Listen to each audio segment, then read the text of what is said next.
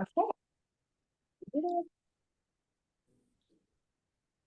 this is the Landmarks and Public Aesthetics November meeting. I'm Susan Gammy, I'm the co-chair, the vice chair. Chenault Spence, the chair, should be with us momentarily, but seeing as it's 6:32, I think we can go ahead and get started. I think everybody here is familiar with the format of these meetings. We will go in order of the posted agenda. The applicant will present, the committee will speak with the applicant, discussing any questions or issues we may have, and then we will open it up to members of the public who will have an opportunity to speak by raising their hands. I just want to remind everybody that this is a landmarks meeting, so we're basically confined to landmarks issues. And having said that, let's start with 588 Broadway, which is an application to install a flag and flagpole. I believe our applicants are here in the room with us. And I'm here now, Susan. Great. Oh. Perfect. Well, first of all, Hang on one sec. I want to make sure you can be heard. So please come to the table. And do you have? Excuse me, I just need to read the application. Okay. Be a moment. Thank you so very much. Thank you. I can read it, Chanel. The application is to install a flag and flagpole. Do you have any, are you prepared to screen share? No, I need to share it. okay, thank you so much. Thank you. Well, thank you so much, Community Board. Can I start? For having us here today. We're very excited to be part of the Soho community for the last 7 months almost. No, even less. Okay. So my name is Elena Consta. Do the sales and marketing at Mangia. Sasa Muniak. Yes, I'm the owner of Manja. I've been, we've been around for 42 years in New York City. And we're lucky enough to have an open store in Soho. We are delighted to be here and we would like to ask the board to present to install the flag and the flag that we are renting it from. So I would like to discuss the application, which we have been working for the last couple of months with the preservationist from the landmark from the city. I am going to interrupt you for just a moment so that we can create an opportunity to screen share. Yes, of course. Your presentation. Okay. And how do we do that? So I can, in the Zoom chat, I'll send you the link. I can't share because my laptop is like very slow. So it's like not even coming up for me. So here's, oh. There you go. So if you go to more, it's the link to the presentation is in the chat. Oh.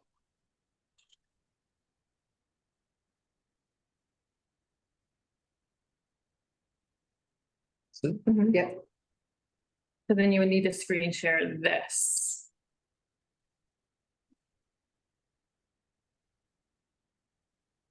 Yes. So then, but I don't think no one on the screen can see it. So, but on Zoom, you would need to tell it to share that tab. That's it. So go back to Zoom. Thank you. Yep. Oh, sorry, I'm not a Windows person. I guess down to the Zoom, down the little avatar on the bottom. Which one? The one on the right. Yeah, Yeah. sure. Sorry, I'm like just not a Windows person. Okay, so return to the Zoom meeting. Right. I think it's that second one. That's one. Yeah. And now screen share that tab. It should appear once you scoot out to the right. There you go. Share screen. Yeah. Yeah. So, yeah, no, the one on the right, or the left, sorry. Share, and then you have to go back to that tab and switch the tab, that's it.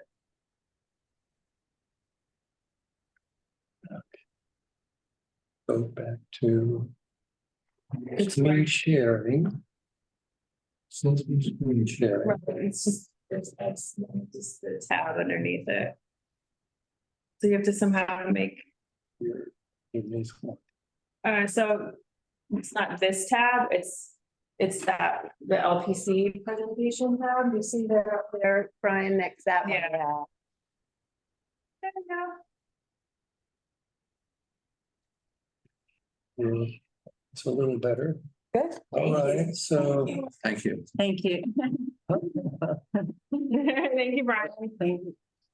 Not the best. So, please. So, Please, thank you. Thank you so very much. Yeah. So may I please present you 588 Broadway? This is the building. Okay, on the left side, you will see this is Mangia Cafe for breakfast and lunch. We open since June for now. This is the first page.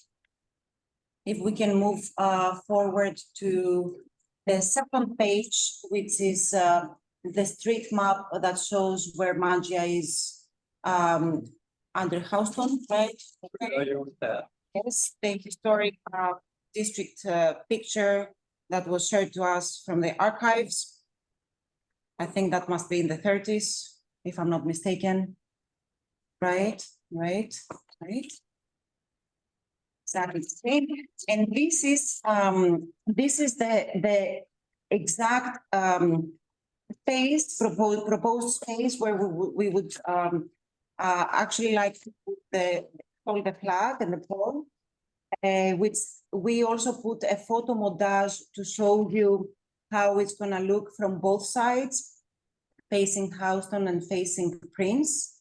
One thing that I want to note here is that we took exact measurements to imitate, as you can see, on the big pictures on the pages to follow, the adjacent neighbor called North Face. So everything is copy paste based on North Face existing pole and flag. So pretty much this is the mock-up, right, from the designer. Yeah. Oh, there you go. Right.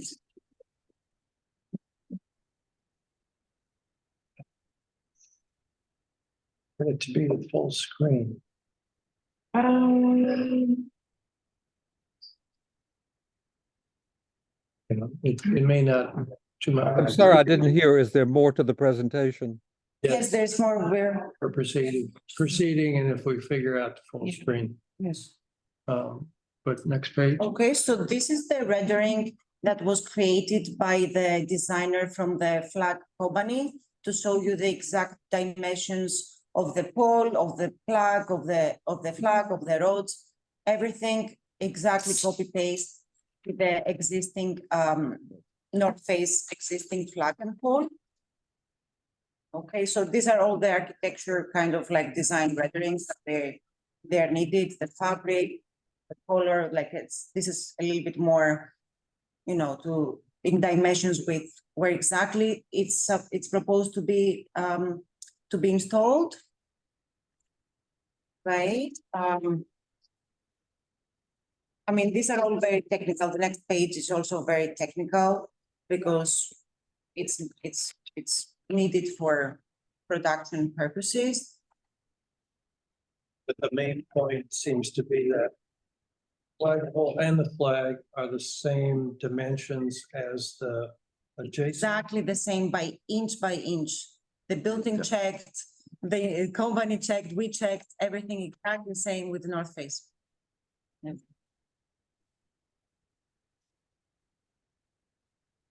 Oh. Here's We're not finished yet, so Oh, yes, sorry, there's even more. So I want to move, okay, that's another street map. The next picture, this one shows the north face existing flag. So I know I'm repeating myself, but we will be copy pasting the flag and the pole as it is in this picture. Okay. And I want to show you on this, on the previous to last page. Okay, this is the corner of 568 to 578 Broadway, which is adjacent to Prince Street. Okay, and it shows that there are 6 poles and flags, which pretty much there are 10 to 20 feet distance between them. From 578 Broadway all the way to now its target 600 Broadway, there are 2 poles and flags, and the distance is 210 feet between them. So there is one, the north face, and there's another one like a tattoo studio, something.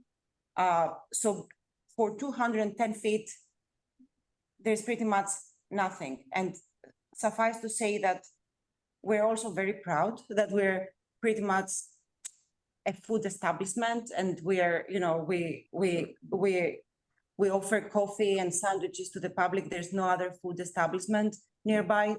Unfortunately, since Dina De Luca has closed its doors.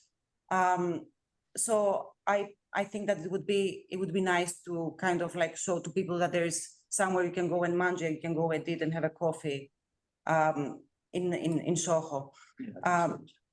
Right.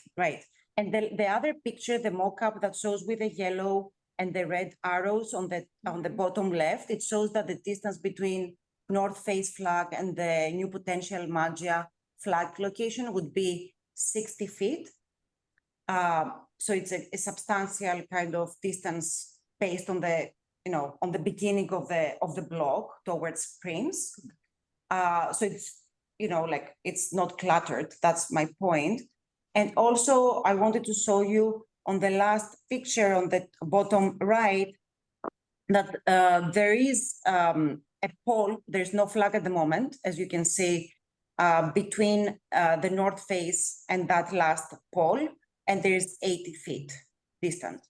So pretty much the point that I'm making here with the pictures and the facts is that the beginning of the block has 6 poles and 6 flags, and for the rest of the block, which is 210 feet, there is 2 of them.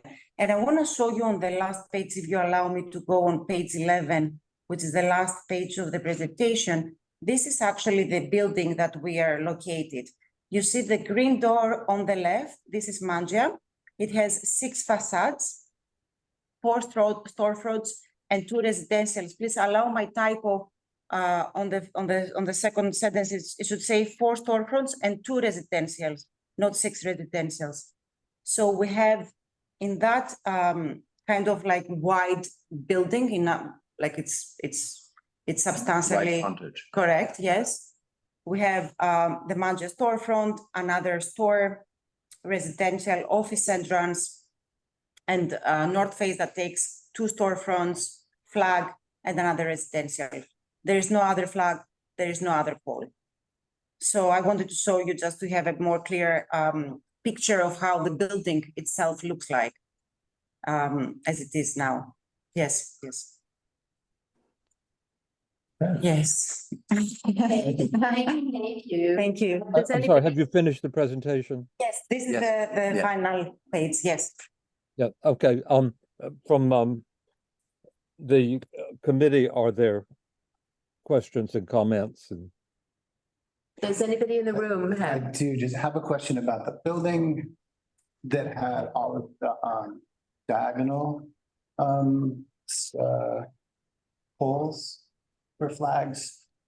Is that part of your building? This is our building that you see on page 11. That's the building. Yeah, and the other one Yeah, is not. the not- other not one's part of not, it. yeah. No, thank you.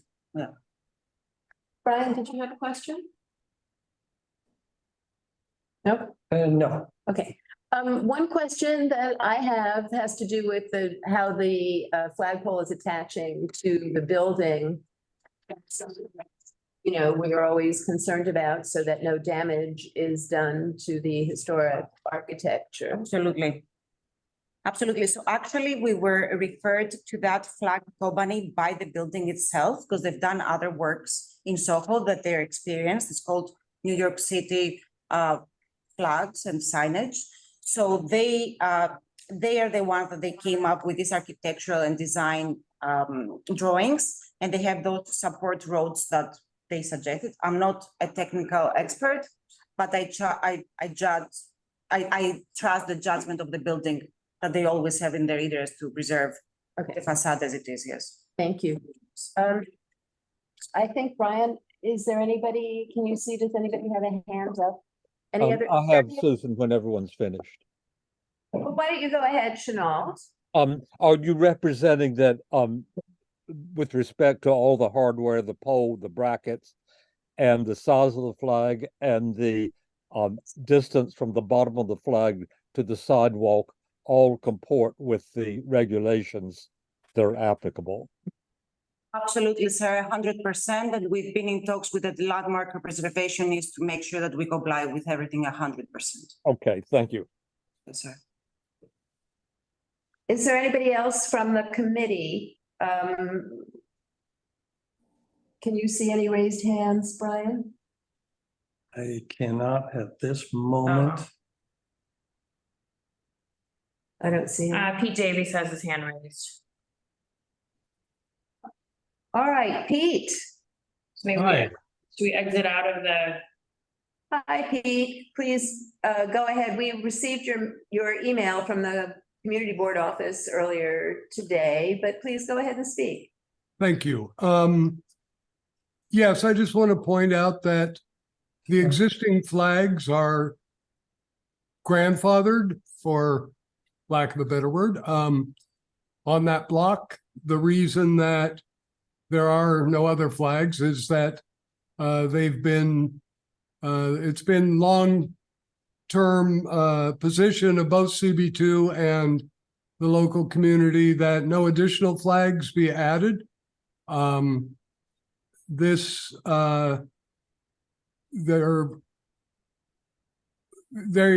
not needed. A blade sign would do the job. It clutters up the historic facade of the building. And I would ask that the committee reject this, deny this.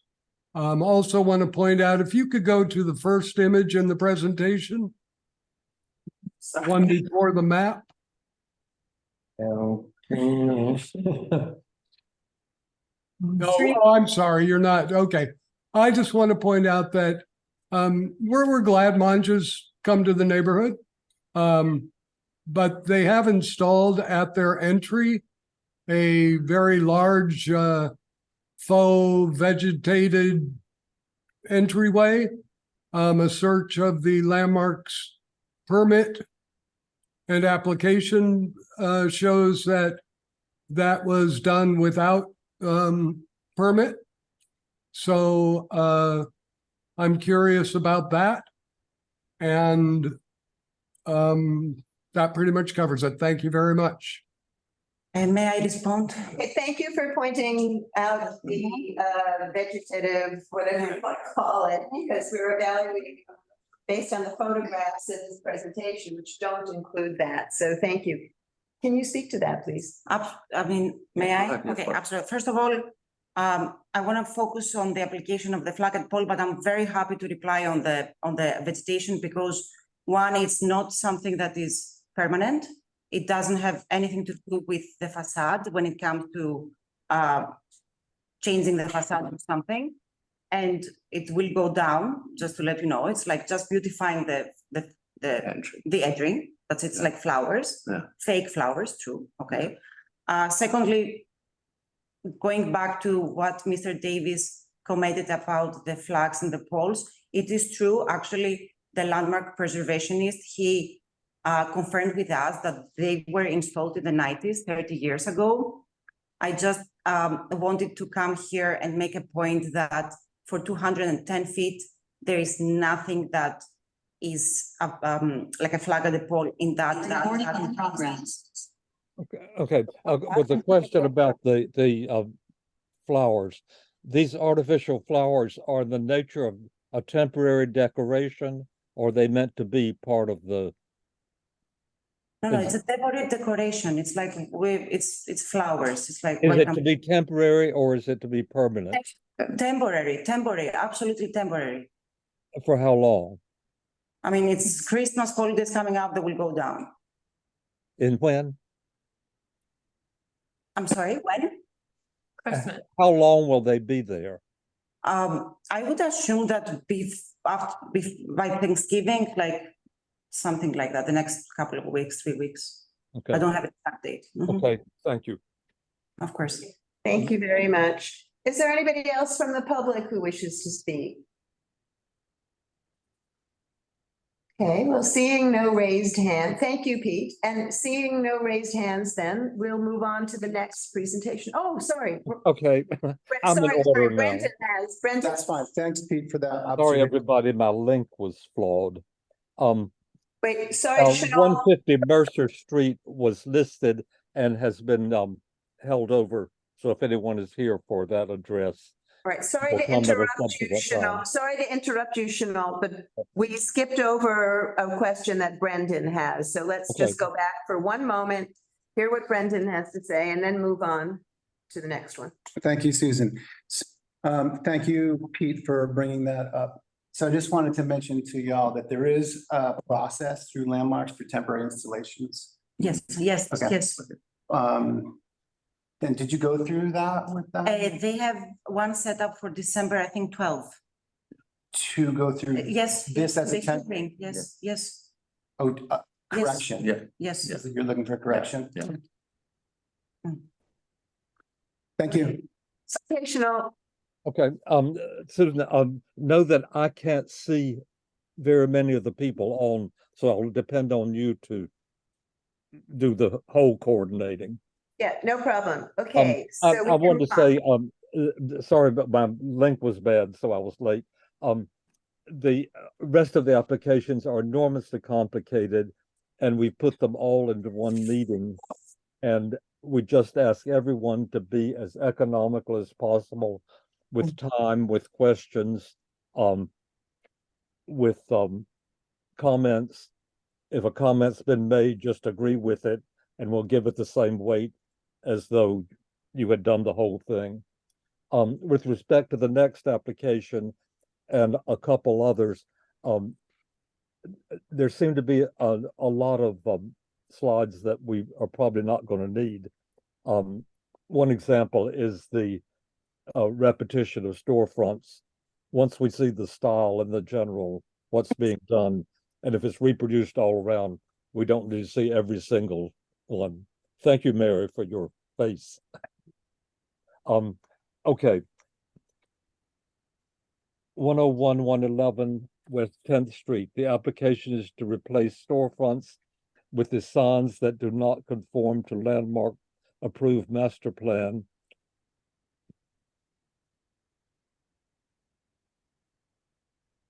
That's it. Am I in the meeting? Can you hear me? Yes, you're good to go. Thank you. Okay. Thank you. My name is Mary Derricks, and I'm the preservation consultant. Presenting with me is Norman Cox of Union Street Studio Architects. Can I share my screen? Please.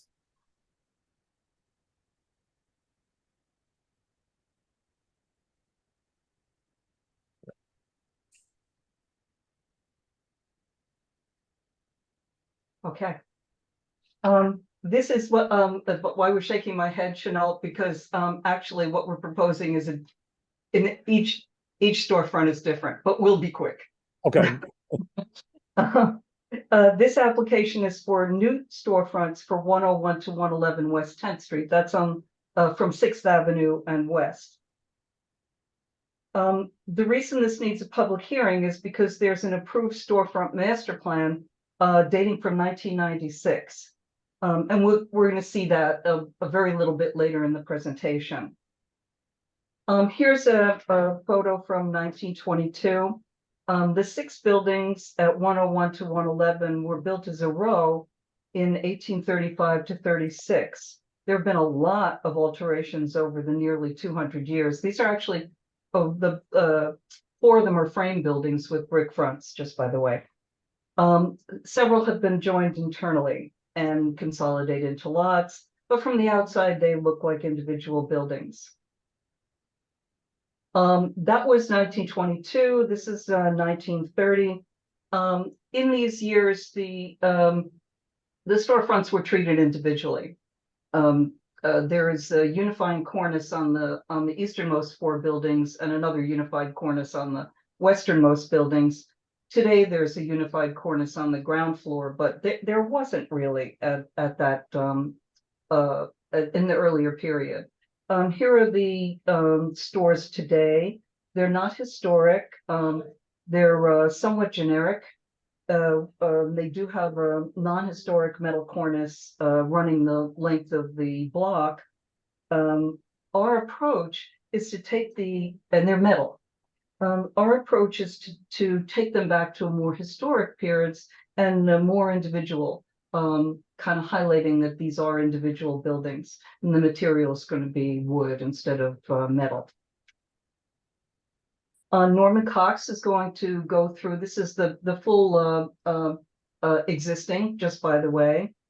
This is the proposed. We're not doing the very last one in the row that's at 6th Avenue. Norman Cox is going to take you through the designs. Hi, can everyone hear me? Yes, thank you. Okay. Thanks, Mary. And I think Mary sort of made the main point there, which was we want to correct the rather clunky and uninspired character of the existing storefronts on the street. And try to bring back a little bit of individuality and character to this row of buildings. So to achieve that, we've basically created storefronts that are more traditional in character. They all have a bulkhead with panels, transom windows, and wood doors with glass lights. We have a series of slides here that shows each storefront individually. I don't think we need to go through all of those. This particular drawing gives a pretty good overview of the whole proposal. Mary, maybe if you want to just run through them one by one. Sure. This is the master plan. The thing is, when you have a master plan in place, that means you can't change the storefront without going back to a public hearing. So that's why we're here. All of these storefronts would normally be approved at a staff level, but they can't because there's a master plan in place. And that's it. Yes, so maybe just step through quickly. We have a historic photograph for each property from the 40s tax photos. So 101. Here's what it looks like today. And here's what we're proposing. Before and proposed. All of the storefronts would be wood construction with a painted finish, clear glass, signage by the various tenants complying with the governing zoning regulations. This is the details. Here's one of. Sorry, each building has a recessed entrance or has an entrance to the upper floors. So we're maintaining those and giving those glass doors as well. Most of them will be slightly inset so that they have a bit more of a sense of being disconnected from the commercial entrances.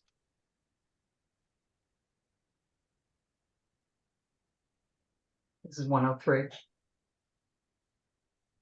We think it's a huge improvement.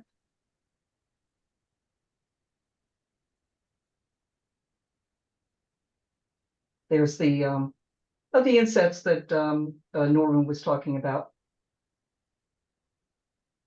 There's 105.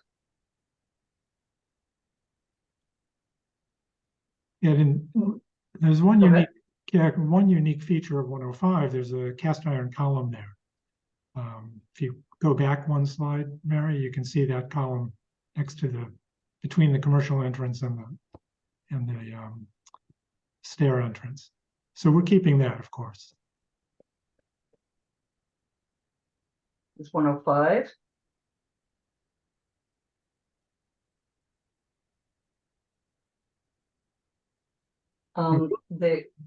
Go ahead, Norman. I was just going to say 107 through 111 is actually two buildings, but was joined into one building. Now exists as a single building legally, with one entrance.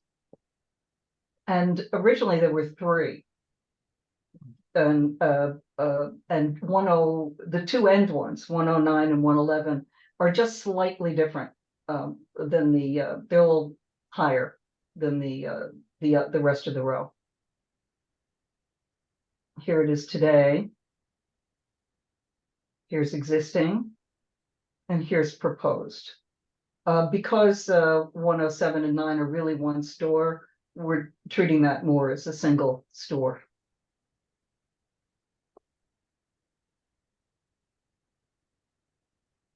And here are the partial plans. And that's our presentation. Norman, did you want to say anything else? Nothing other than where we've exposed brick between the storefronts. That brick will be repointed, cleaned and repointed to match the upper portion of the building, which is currently in the process of being repointed and cleaned. And really fixed up. Thank you for your express review. Okay, yeah. Is the only combined store the one at the extreme west? Yes, that's correct. Okay, and what was the year, Mary, of the master plan? 1996. Okay, I'm up to date. Are there questions from the? Oh, the signage, the lettering, is this dummy lettering or the actual? No, actual that's dummy lettering. Okay. Although, But this will be staff approved store by store. yes. Yeah. Okay, thank you. Susan? Okay, actually, I'm going to call on myself. I see that there is no illumination component to this presentation. Is the idea that each individual tenant then will have to file for any kind of illumination, or what?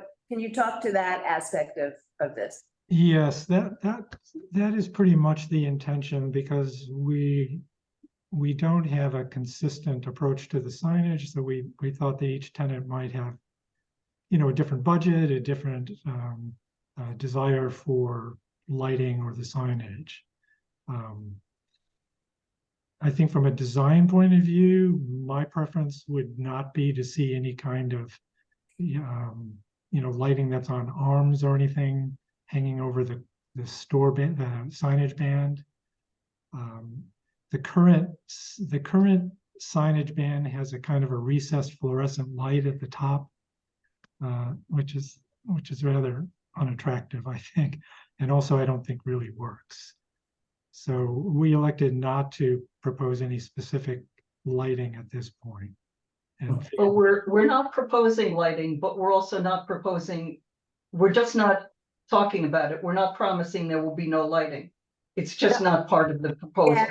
That's right. Understood. I guess this is nothing that you can control, I suppose, but just my concern regarding the illumination is that, you've taken great pains here to create some sort of balance between individuation and harmony. And that could be really interrupted in a moment with any kind of, if one person just goes super aggressive on the lighting, but that's not part of this application, so never mind. And it still has to be approved, when they do that. It has to go through landmarks. Yeah.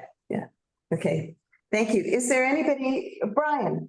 Page. Yes, thank you. I have two questions. So are you presenting this as the new master plan for these buildings?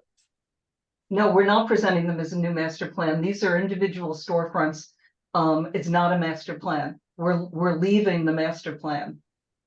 So somehow you're eliminating or deleting any master plan for these buildings. That's correct. That's what we, yeah. The other thing that I noticed was that you have treated the residential openings or doorways differently than the commercial doorways and storefronts, except for the one on the west, on the left. And I thought, well, that is strange. That's not consistent with your approach. And so I wonder if you could speak to that. Are you referring to the door at the new frame shop, which is the one on the west? Correct. There's two doors side by side. The right-hand door is the residential entry. The left-hand door is the storefront, is the store entry. It's the same color. It's not a dark gray as the others are, because we felt that because the cornice extends across it, that it seemed odd if that was a different color. That's the only reason for not treating that residential doorway the same as the other residential doorways? Something up on the top of the building? That doesn't make sense. No, it's the signage cornice. And the sign cornice. Right, Directly the above the question's been window. answered, I think, and so we can evaluate as we will from that.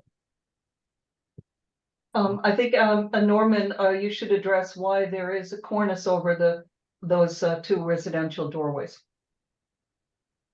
There's only one residential doorway there. And I guess the question is, why does the cornice extend beyond the store over the residential door? I think that the reason for that was really just to create a little more differentiation between the various stores. And also, if you notice, that building in particular has a slightly higher cornice line at the top of the wall.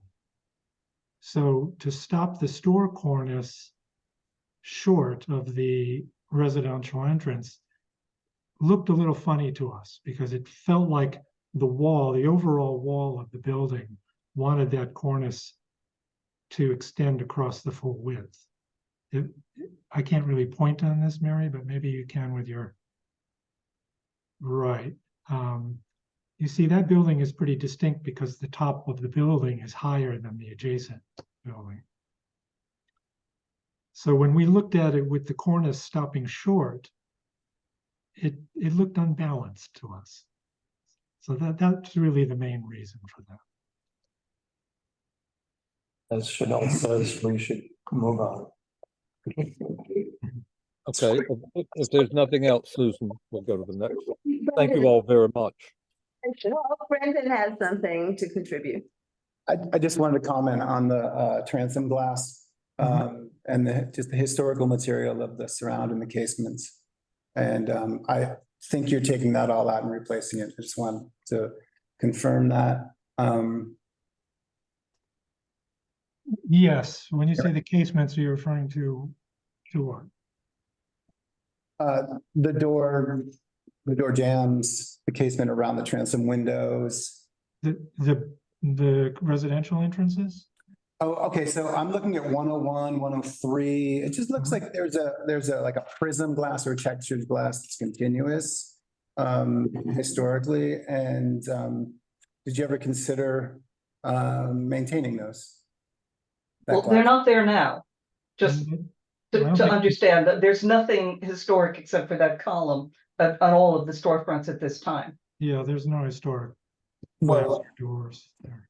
the transom, that looks like I mean, it could be like a chicken wire. I can't tell from the photo, but I'm just wondering. Maybe back up. I'm just wondering if it's a prism glass or a privacy glass that it could be historic. Yeah, there is nothing historic now except for the column on any of these storefronts. Historic meaning 19. No, there's no historic material. The question's Today. been answered, please, we'd like to move on. I'm just wondering what the definition of historic is here. Well, This- they're like from about 2000 There's or, nothing, that there's nothing, 2000, got it. Okay, there's nothing currently existing other than that column. got it. yeah. Okay, thank you. Chenault, do you have any other questions? No, that's it. All right, is there anybody from the public who would like to speak? Please raise your hand if that's the case. All right, well, seeing no raised hands, I think we can thank our applicants and move on. Thank you. Thank you, Thank Mary, you. and everybody. 16 Jones Street. The application is to construct a new rooftop addition, expand the existing cellar.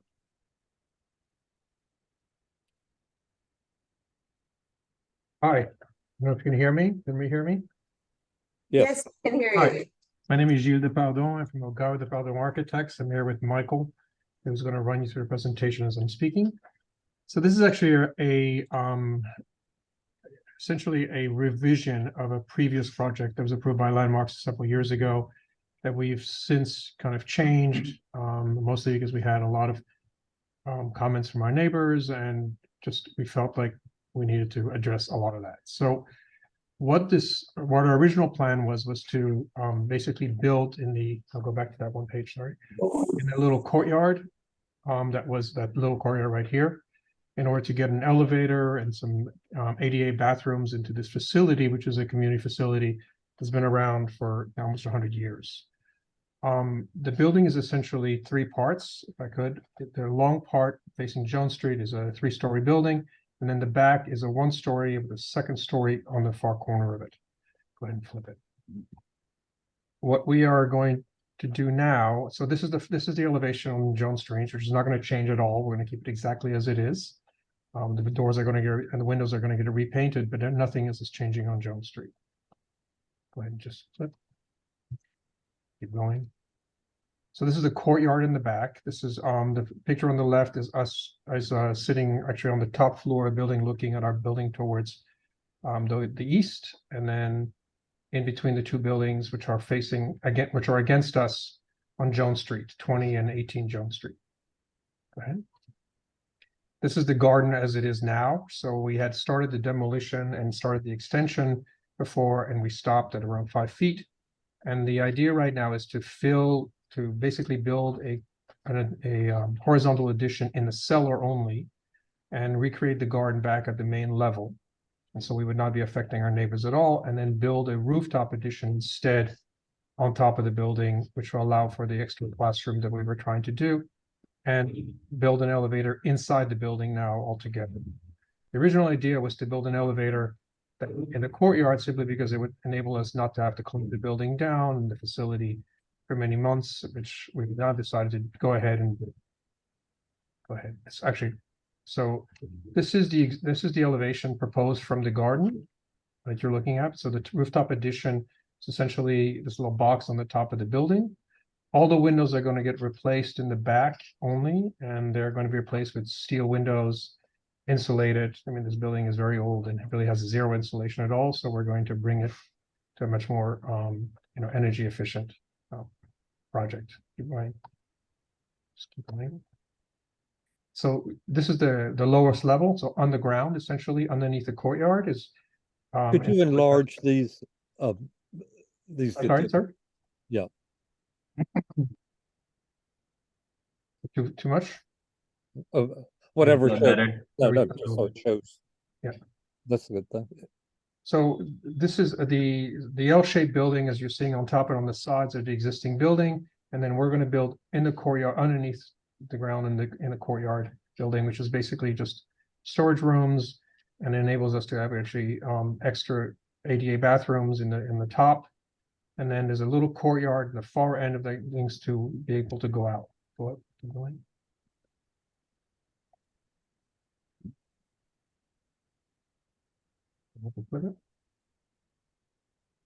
Keep going. So this is the garden level. there's really very little changes other than we're adding an elevator and ADA bathrooms on pretty much every floor. Next floor. This is the second floor. There's really very little change here, except that we're going to use the garden, the rooftop of our existing building to create a little bit of a garden there as well. Going. Top floor, we're adding an ADA bathroom on the top, on the existing top floor. And as you see, the elevator keeps on going up. And then this is the addition on the roof, and it's set back from the street, so it's not visible at all the way from the corner of Bleecker and Jones. It's absolutely not visible from there. And then we set back actually in the rear to allow for this 30-foot rear yard. Essentially, there's about 4-foot setback on the top. And that's And what basically is a the new class. total, the footprint dimension and the height of it? So the height is 12 feet. And the footprint, sorry, I gotta put my glasses on. I forgot what it is. You have that? Okay. Yeah, 37. It's 37 by 20. And it basically adds about 740 square feet roughly. And how far is it set back from the street? It sets back from the street. Sorry, I got 31 feet from the street.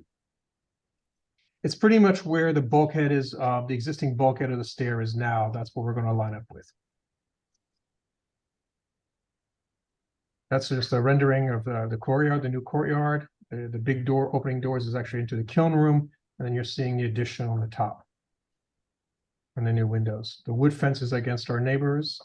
And basically, you know, we're not blocking their windows, and we're going to basically just, the entire lower level is being pulled away from the neighbors by about 26 inches, just so that we have no underpainting and we're not doing any work that's going to affect them at all. Interior, this is just a shot of the interior of this new classroom. I'm happy to take any questions. There's one thing about the what I read, I think needs to be clarified.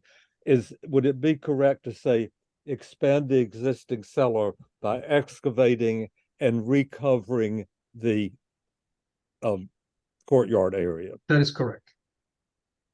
So the courtyard has been partially excavated 5 feet down on the original proposal, and we were going to go down an extra 5 feet. We are going to go down that extra 5 feet and then recreate the garden at the ground level. So you're excavating 5 feet. 5 feet down, correct. And is this to the property line? No.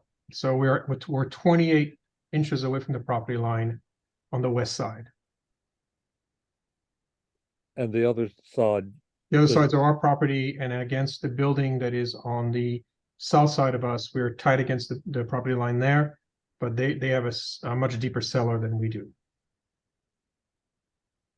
And so, sorry, it's just hard to picture this. Do you want to just go to the plan?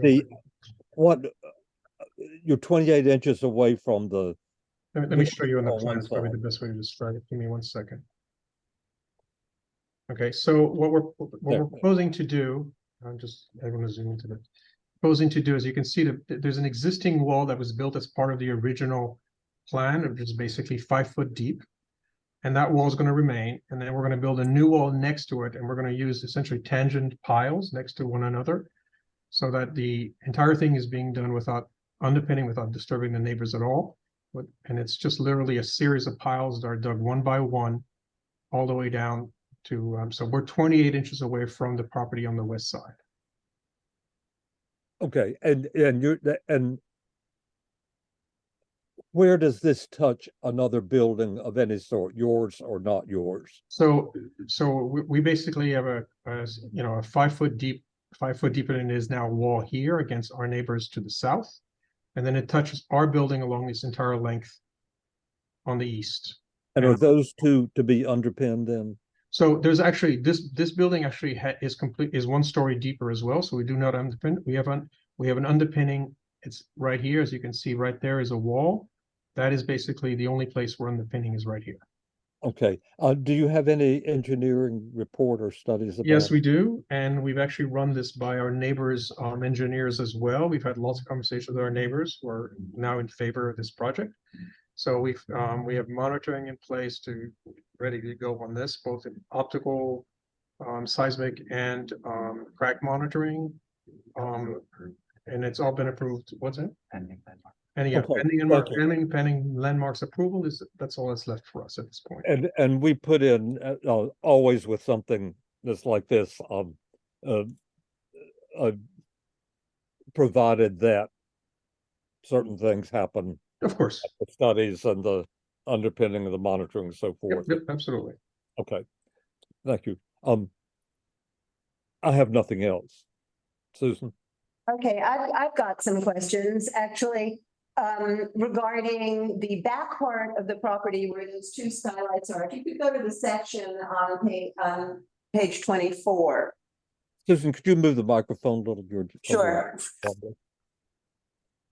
I've got some questions regarding the back building where the two skylights are, and have asked the applicants to put up page 24, which I see here now. Couple of questions on that back deck. I see, currently it's just a roof. It looks like you're proposing, you mentioned that you're proposing to turn it into some sort of garden. Right. What is the use that's anticipated for this space? It really is. So I don't know if you've been to the communities, to this pottery sewer, but they have functions, and it's really for staff daily, but it's really also every once in a while they have functions that this would be a place to have that. Just like the courtyard has always served as a place for functions as well. Fabio is actually the director of this facility, who is here today as well, and maybe he can speak to that. All right, because I know there are a lot of neighbors around there, and I don't believe that anybody is really aware of any kind of changed use that's proposed there, and any kind of space that has previously just been a roof and is now anticipated to be potentially a gathering space for people. I'm sure people will have concerns about that. I see that there was nothing. I see that apropos of that back deck. Please correct me if I'm wrong, but a kiln vent seems to have been moved. I know that there are some other vents on that roof, and I guess they're no longer there, but there is this vent that's right there to the right of the little person. And So I'm sorry, let me speak to that for just a second. That's actually, there's a spray booth down below that was supposed to be vented. This is actually an old drawing that actually is no longer going to be venting through the roof. It's running on the left side of that little person. If you can see, there's a chimney right there. the going left side, up. as we're looking at the drawing, the left side The of left side of the deck, let's call it. There is a long, I don't know if you can see my cursor, but there is a long column right here. That is Yes. actually a flue that we're going to tap this into now. We're not doing this anymore. So there's no venting over There's no there. venting to the roof at all anymore. No, the main kiln rooms, if we can go to the plan for just a second, I can show you on the plan. The main kiln room, which is the existing kiln room, is essentially this room in the back. And, sorry. That way. The flues that exist, these are existing flues that we're going to reline all the way, but these go right up to the roof of this building right now, and that's exactly the way it is currently. Okay, great, thank you. Also, is there a mock-up? There is a mock-up, and it's we have pictures of it too, if you'd like. Yeah, I mean, typically they're part of a Yes. presentation. Okay, great. So that's one. That is the mock-up of the roof, essentially the only thing that is really being added that I can be see. seen from many places. Okay.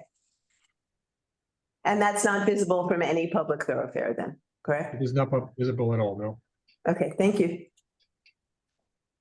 Just to add to what Gio was saying, that second floor exterior space would also be connecting the L parts of the building, so that someone in a wheelchair would be able to come up to the second floor and get access to that second floor studio, which otherwise would not occur. Right, understood. I mean, ADA access, of course, is always very important, but it doesn't always imply, a party space or a congregational space. All right, thank you. Any other questions in the room?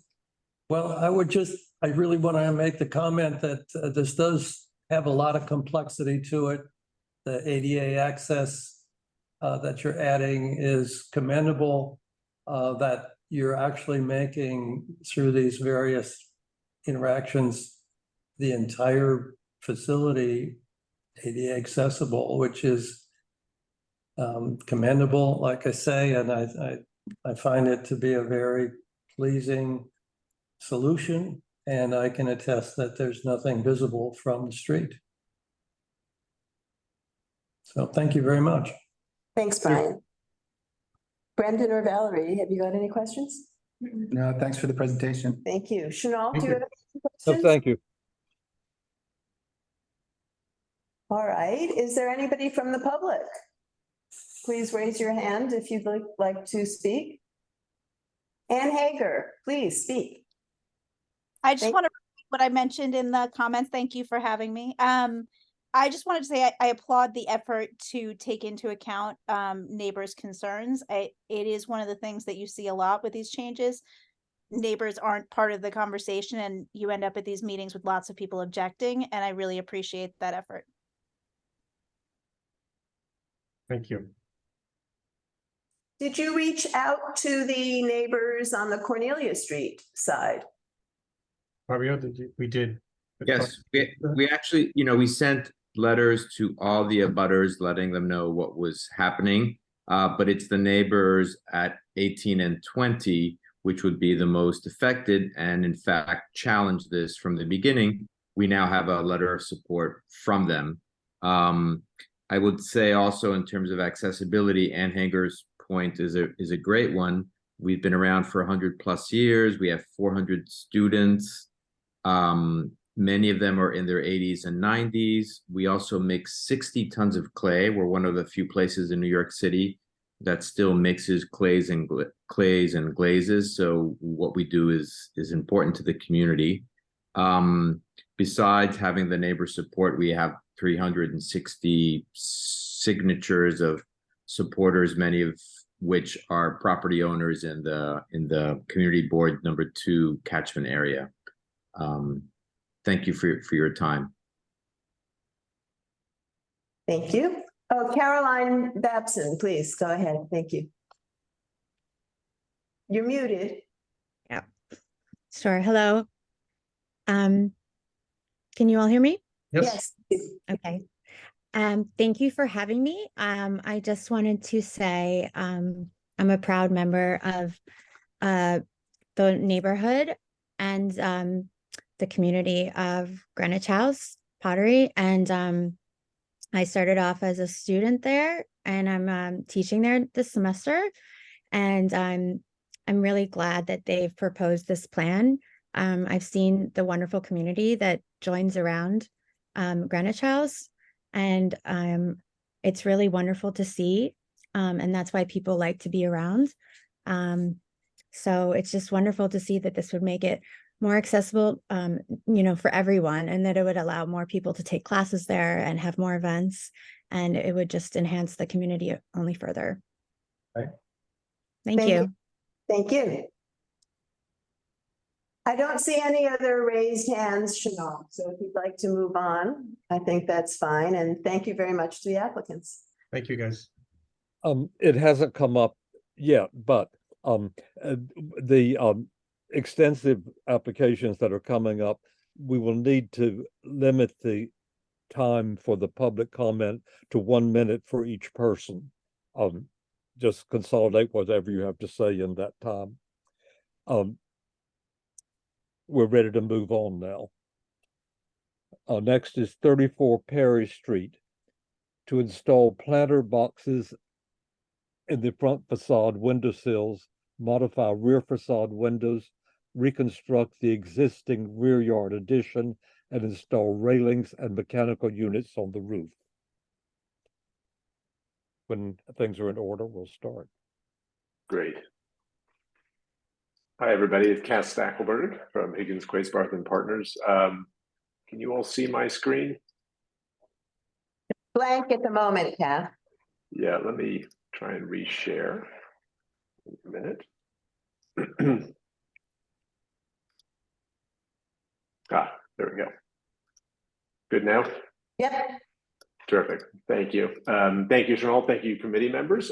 Cass Stackelberg from Higgins, Quaysbarth and Partners. I will try and get through this relatively quickly, as quickly as possible. 34 Perry Street is located in the Greenwich Village Historic District on the south side of Perry Street. And the project that I'm going to share with you includes some very modest modifications that are coming before the commission on the front facade, along with a lot of staff level restoration work.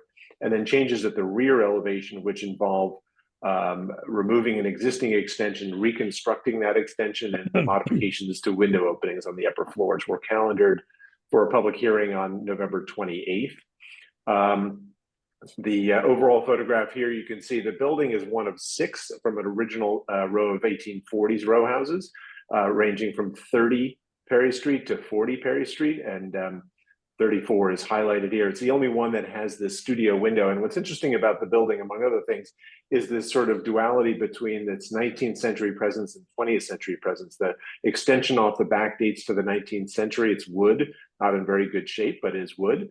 And then it has this studio window, skylight, and modifications at the rear, which date to the 1920s, which one sees typically in the district from that period, the sort of artist layer of history in the district. Continuing in with some aerial views, this is the building here in its original row here on the south side of the street. You can see the block context of some large scale 5- and 6-story apartment buildings that extend deep into the lot. And then the detail views here, this is looking across the street facade, 30, 32, 34 here, 36, 38, and 40. You can see the skylight at the roof line of 34. The skylight, the studio window of the front facade, all of that is preserved. You can see the additions that have been added on to 30 and 32 and a recent approval for an addition at 36 adjacent.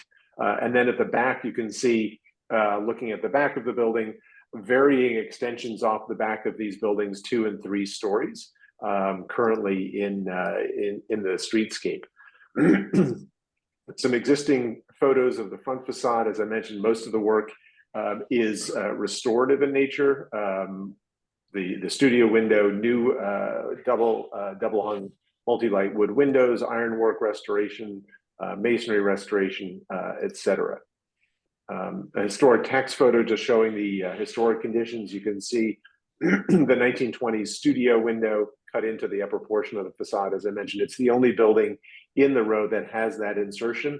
And this building, as you'll see from the photos in the back, it sort of stands out from its neighbors in a few different manners.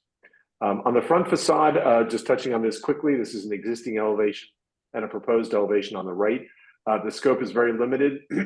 Our client would like to install planter boxes at the first and second levels, and because those planter boxes are mechanically fastened with concealed brackets, but they're attached to the masonry, that requires a commission level review. So that element is actually before you. This is just simple planter boxes, but the window sills are too shallow to just set these on without actually attaching them back to the masonry.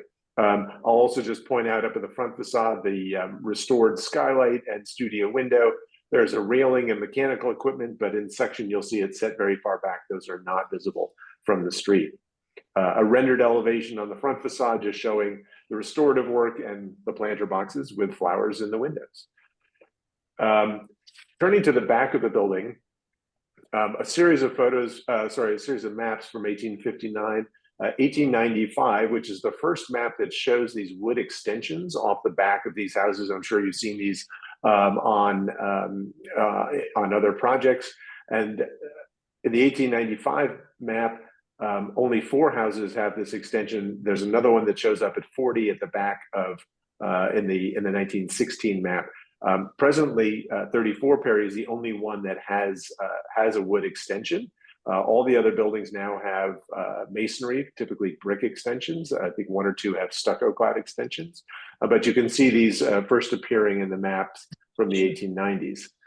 This is an existing photo of the back of the extension off the back of 34 Perry. So it's a wood extension with recently installed windows, casement windows, this air conditioner that's sort of jammed through the siding, The wood is in very poor condition. We've taken some of the trim around the air conditioner off.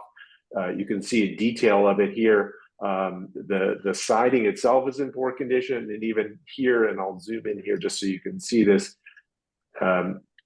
These elements here are now concealed under 2x4s and insulation, but these are boards on the soffit on the underside of the extension, and there is on the soffit on the completely warped and really sort of not usable. The posts as well have been modified. This one seems to have been cut with a sort of brick base.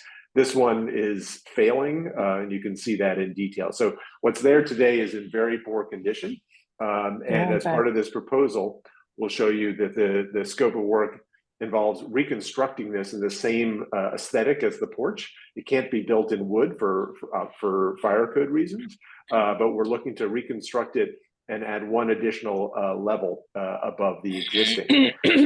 Some photographs of other porches, particularly in the Greenwich Village district. Many of these porches, this is the back of some houses on Charles Street. This is over on Jane Street and 11th Street. And then this photo here from Bricks and Brownstone is actually from Brooklyn Heights. But these extensions of buildings from the 1840s are actually quite similar to what existed in the village. And you can see these were often open porches. Some of them were closed.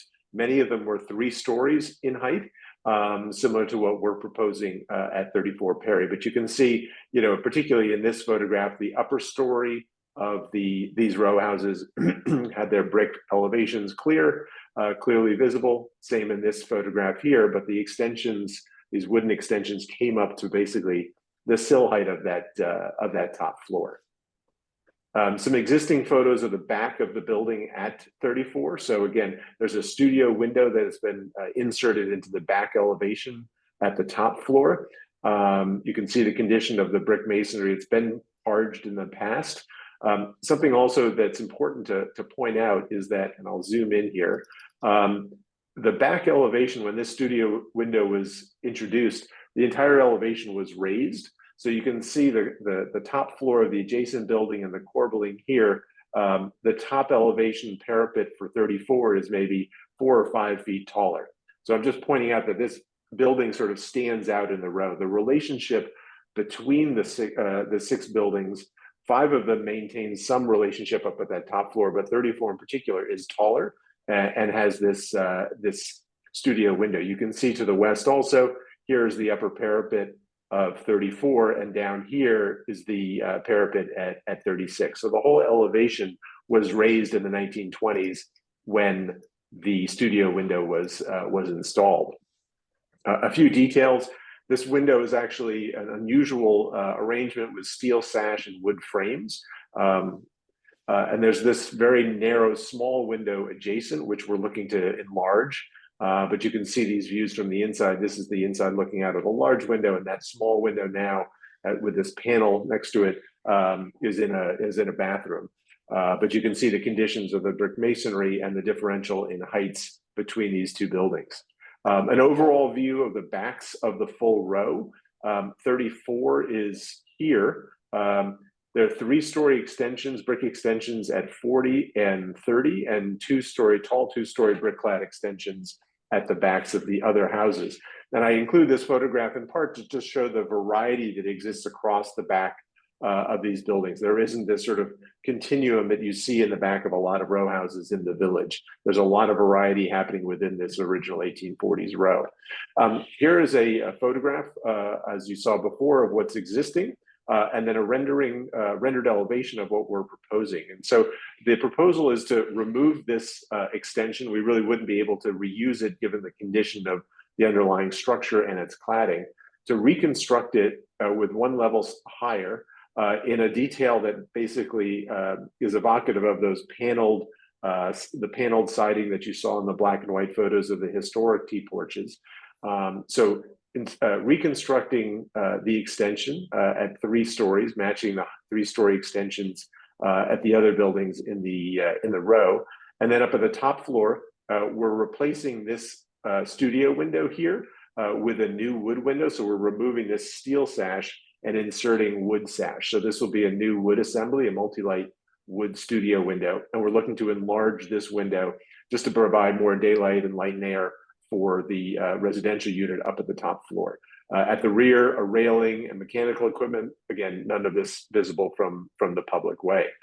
I'm looking at the existing and proposed elevation in the context of the block. So you can see here's the existing extension at 2 stories, and then the proposed extension at 3 stories, in line with the 3-story extension at 30 Perry Street and the one at 40 Perry Street. Existing and proposed side-by-side elevations.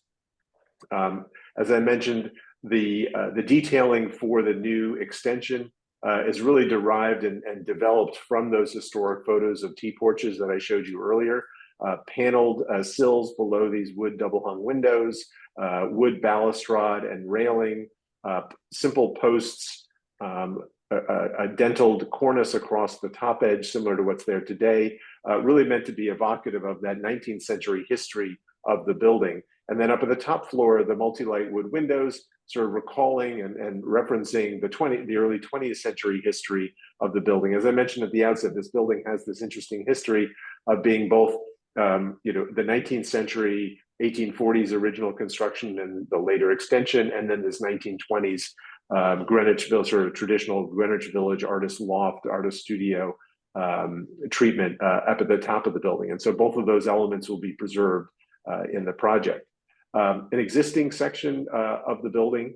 So you can see here and I'll zoom in on this just so you can see this perhaps more clearly. The entire roof was raised when this skylight was inserted in the 1920s, and then this window was inserted, and the entire back wall was raised as well.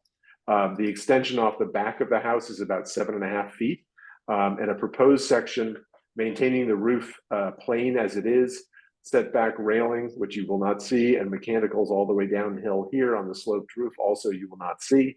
And then reconstructing the extension and extending it out about 5 feet from the existing plane of the current extension. There is no excavation as part of this project. There is no rooftop addition as part of this project. The only expansion that we're proposing is just in the rear of the building with no visibility, obviously, from the surrounding streets. Comparative sections here existing on the left and proposed on the right. One thing I want to point out, this hatched line here and here, this is the back extension of 32 Perry Street. So we are purposely holding ourselves inboard of that extension just so that there's a differential between the brick extensions that exist on either side of us and our new extension that is held back from that existing line on either side. So you can see, an extension here for a kitchen, a bedroom here at the second floor, and then this garden level space with a stair down to the garden. Again, existing and proposed elevations here, detail elevations at the top of the floor, just showing the window modifications. So again, the existing steel and wood framed windows here, we're going to be replacing that in an all wood framed window assembly, multi-light window assembly, and enlarging this opening here to the west to provide more daylight for the sleeping units inside the apartment.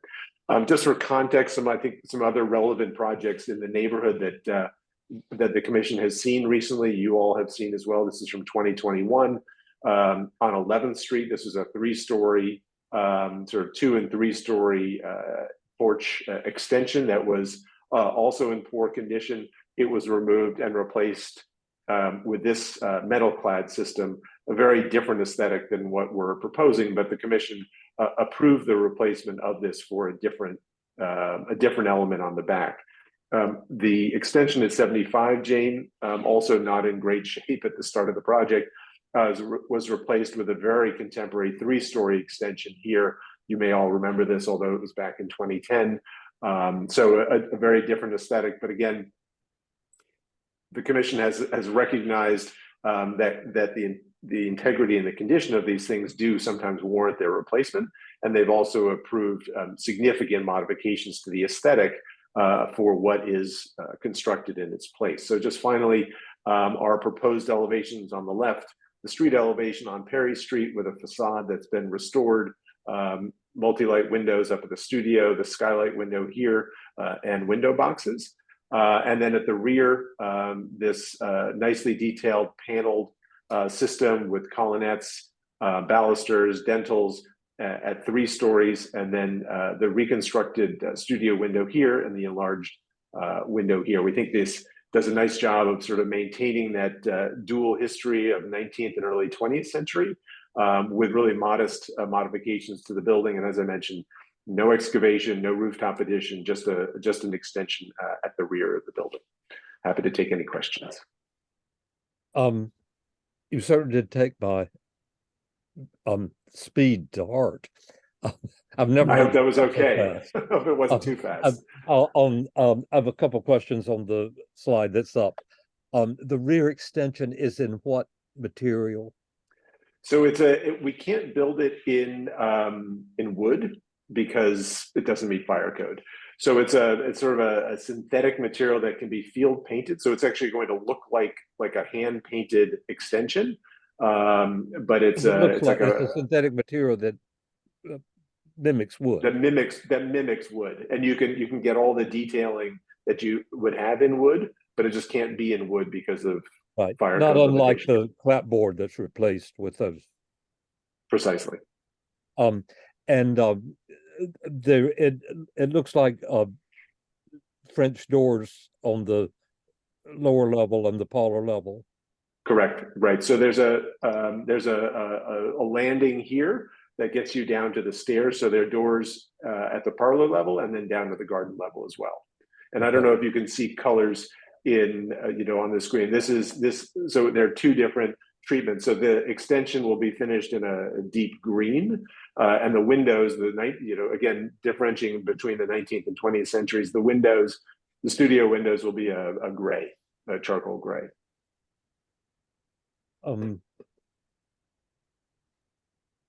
I believe that was all. If All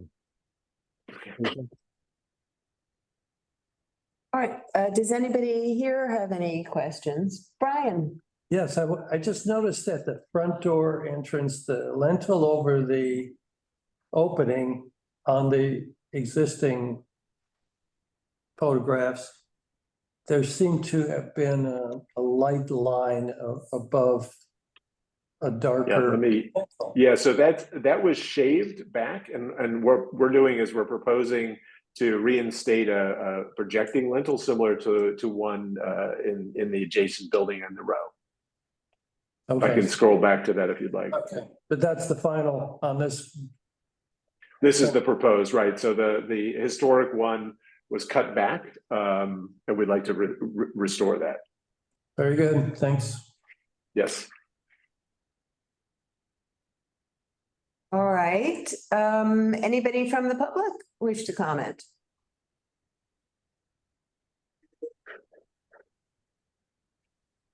Jeanette, I don't see anybody.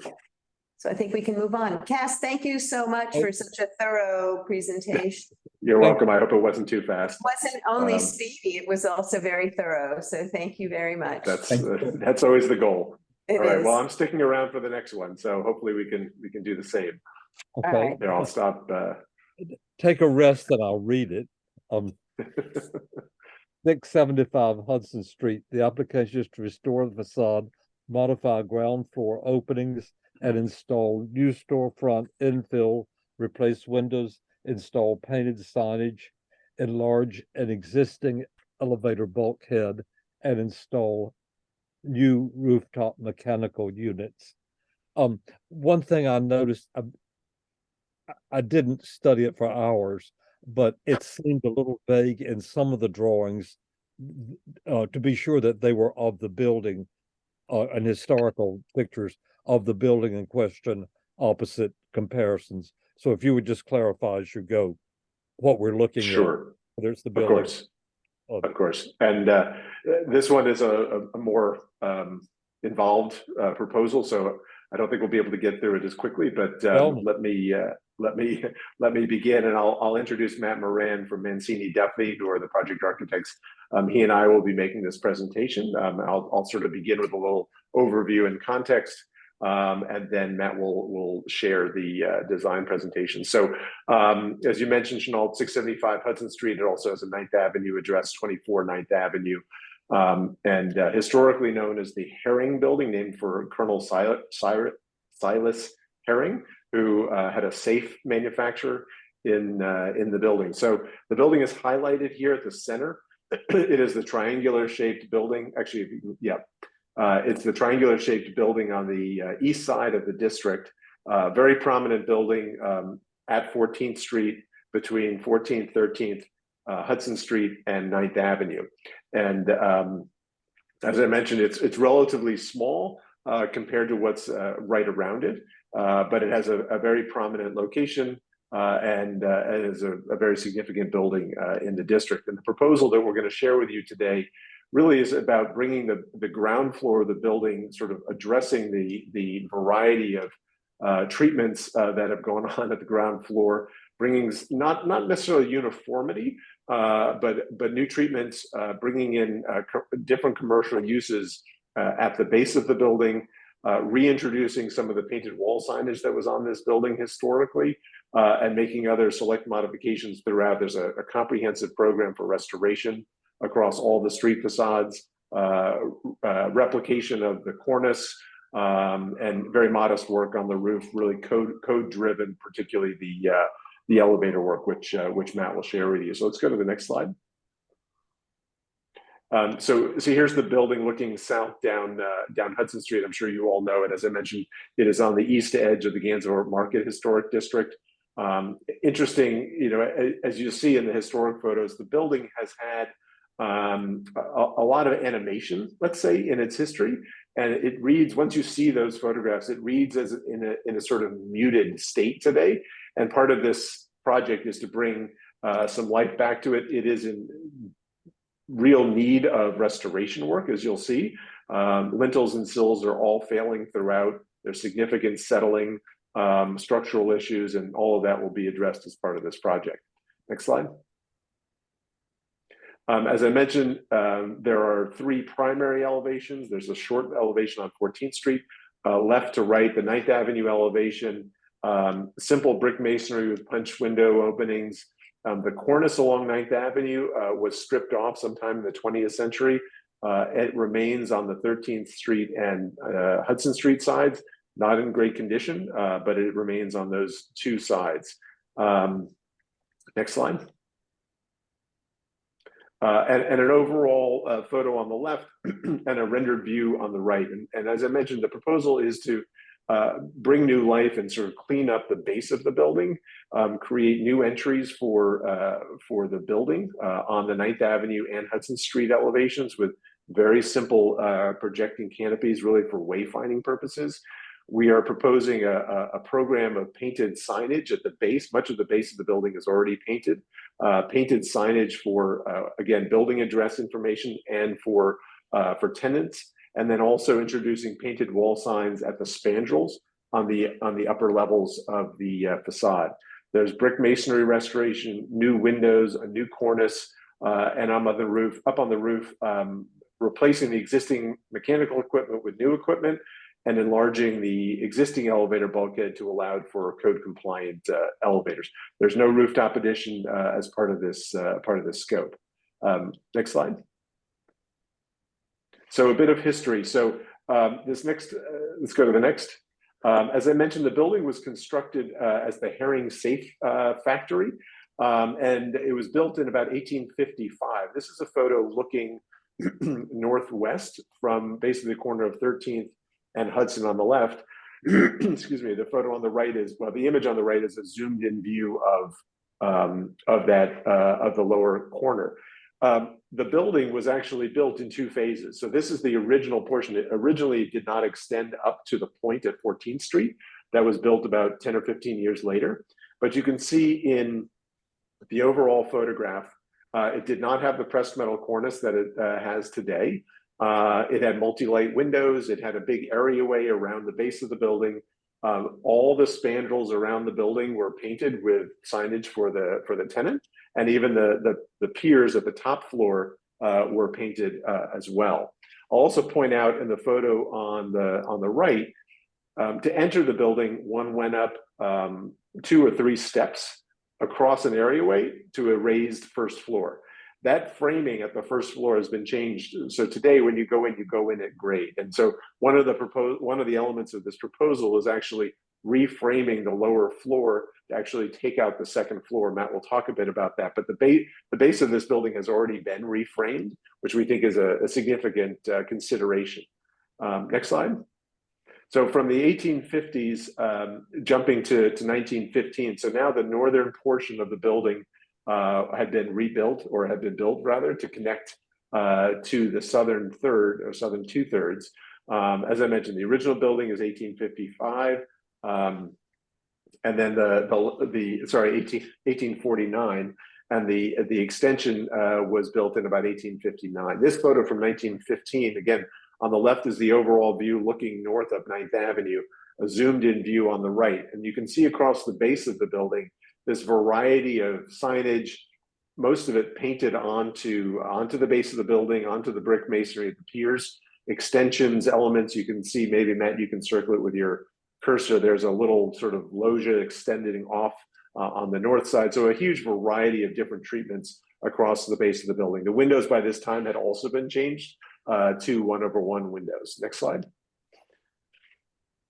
This next view now is looking south on Hudson Street, and then a detail of the corner. This is sort of the 14th Street prow, a barber shop at the corner, lots of signage painted onto the base of the building, and a lot of animation. As I mentioned, the building has had quite a bit of animation historically, and it reads kind of muted, let's say. But you can see the cornice by this date wrapping the corner of the building, and 1/1 windows across the upper floors. Next slide. Now this is looking around to the other side. This is looking north up Hudson Street. Overall on the left, and a detailed view on the right, there was a motor works, or a car showroom on the lower in the southeast corner, and you can see the words motors painted right onto that corner brick pier. You can also see the 1/1 windows throughout, but the way signage has been treated at the building has largely been painted signage done in different eras. The earliest era was sort of an all-over approach. The early teens of the 20th century, more located along the base of the building, but painted signage has been a feature of the building from its earliest days, as well as the district itself. Next slide. A colorful history indeed. So photos from the 1980s and 90s, the entire building at one point was painted. This range of changes that you mentioned occurred roughly between what years? Change of the windows and adding the cornice and building the extension and so forth. So the extension was constructed in the 1850s. The building has gone through sort of consistent change, but the northern portion of the building was added in the 1850s, late 1850s. Changes at the cornice. I have that. The cornice I don't remember the date, but I can get here. What century is it? Cornice was added by 1915. We don't have photos. Okay, earlier I just want to get something. Sorry. Yeah. Okay, fine. Thank you. Yep. And then modifications across the base of the building really throughout the 20th century. And these photos from the 1980s and 90s just show that the entire building at one time was painted signage across the base of the building for the various clubs and restaurants that were at the base of the building. So as I said, a colorful history for sure. Next slide. The next series are from the designation collection of landmarks from 2003. Again, you can see signage and varying treatments across the base of the building. This large vent for the restaurant on the 13th Street side, we're fortunately going to be able to eliminate that. Next slide. And a few additional photos just showing the treatments across the base of the building. Next slide. Existing conditions, you saw this image. This is the 9th Avenue side where the cornice has been stripped off and a fire escape added at some point. Next slide. Some details just to point out conditions here. So on the left margin, you can see that some of the lintels and sills are flaking and delaminating significantly, and even some of the sills, the upper left corner, you can see the sills have actually been replaced with wood. So the photo on the upper right, I think also, if you can see it, there's tremendous racking of some masonry openings on the 13th Street side. So there's a significant interventions that need to be done. We expect that all the lintels and sills will need to be replaced, and they'll all be done in cast stone to match the brownstone in color and texture. And we're proposing to replace the cornice with a new fiberglass cornice matching the historic details. The photos on the right bottom and middle show this sill course. There's a granite sill course in the historic original portion of the building, and a brownstone sill course at the northern portion of the building. Those elements will be repaired. Next slide. And then I'm not going to go into detail, I'll keep going here, but a series of photographs detailing the conditions across the 9th Avenue side, and you can see in the bottom slide, bottom photo, painted signage right onto the piers and varying conditions around the base of the building. Next. The Hudson Street side, varying eras of infill, unpainted wood infill from recent times, roll down gates, brick infill, etc. Next slide. And the 13th Street side, which is painted and again has series of concrete block infill and masonry openings and conduit, all of which will be removed and the base of the building really sort of cleaned up. Next slide. Matt? Hi everyone, I'm Matt Moran. I'm with Mincy Duffy, the architect and designer. So I'm going to get into kind of our proposed design here. So kind of as Kaz had already mentioned, looking at the design holistically, going from the top down, we're looking at enlarging the elevator bulkhead to be structure and code compliant, as well as the stair bulkhead also to be code compliant. New MEP upgrades, skylights on the 5th floor, and then moving down the facade, as Kaz had mentioned, recreating that storefront in historic profile, replacement of the windows and sills and lintels, adding the painted signage across the upper levels, and then going down to the ground floor, the new pressed metal signage band, painting the ground floor one consistent color, this charcoal black that we're seeing, and then maintaining and introducing some more painted signage at the ground level for both the building tenants and the ground floor tenants. So looking at the color story of the building, on the left, we have the existing condition, and on the right, we have our new proposed design. Here is the east and west elevations, east being the Hudson Street elevation, and then west being the 9th Ave elevation. And going again from the top down, we're looking at reconstructing that cornice in black, maintaining the natural brick color and just restoring it for the upper levels of the facade, and then introducing that painted signage banding again between the transoms at that upper level, and then back down to the ground floor, black signage band again, and then the charcoal gray paint. Now here, this is the comparison of the south and the north tip of the building. The overall proposed palette, the kind of 3 variations of the brick, the painted signage band, painted ground floor, and then the restored masonry throughout the upper levels, and the black for the cornice at the roof and the pressed metal signage band at the ground floor, and then cladding for the new elevator and stair bulkhead.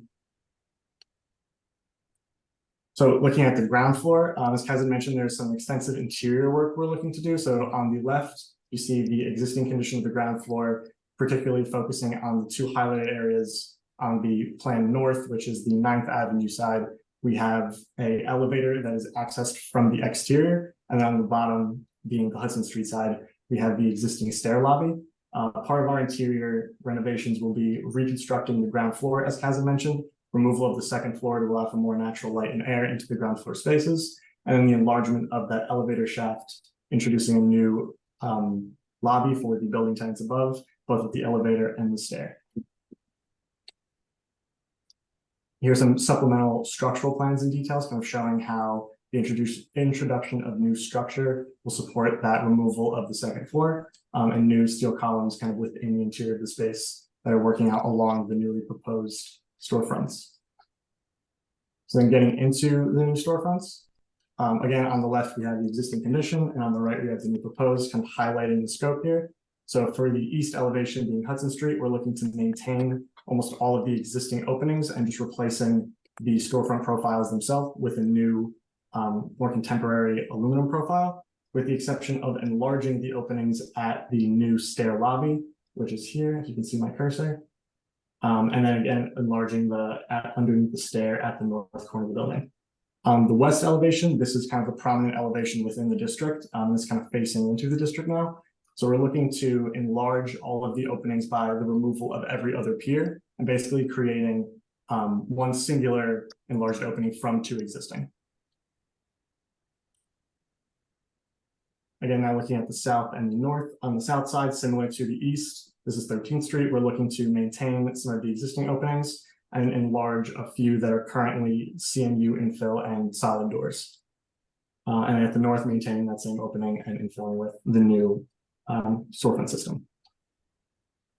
Looking at the ground floor kind of holistically, there are 4 typical applications of the new storefront system across all of the facades. So starting at the east, we're looking at the new profile within existing openings. So we have the existing opening that's kind of a full height, and then we have an existing opening that's more of a window condition where there is an existing sill. And then on the west facade, the new enlarged opening that is purely storefront with 3 butt jointed glass and a spandrel panel below, and then the new proposed enlarged entries. Kind of getting into the detail of these openings here, we're looking at a detail showing how the new storefront system will be applied within the existing opening. So the masonry opening itself will be unchanged here, and we'll just be proposing to install the new, more contemporary black aluminum profiles. Here you can see an enlarged view of what that profile will look like, sort of a beveled, so it's got a little more texture and visual interest as opposed to just a straight rectangular extrusion. And the 2 kind of variations in size that we have in the existing openings.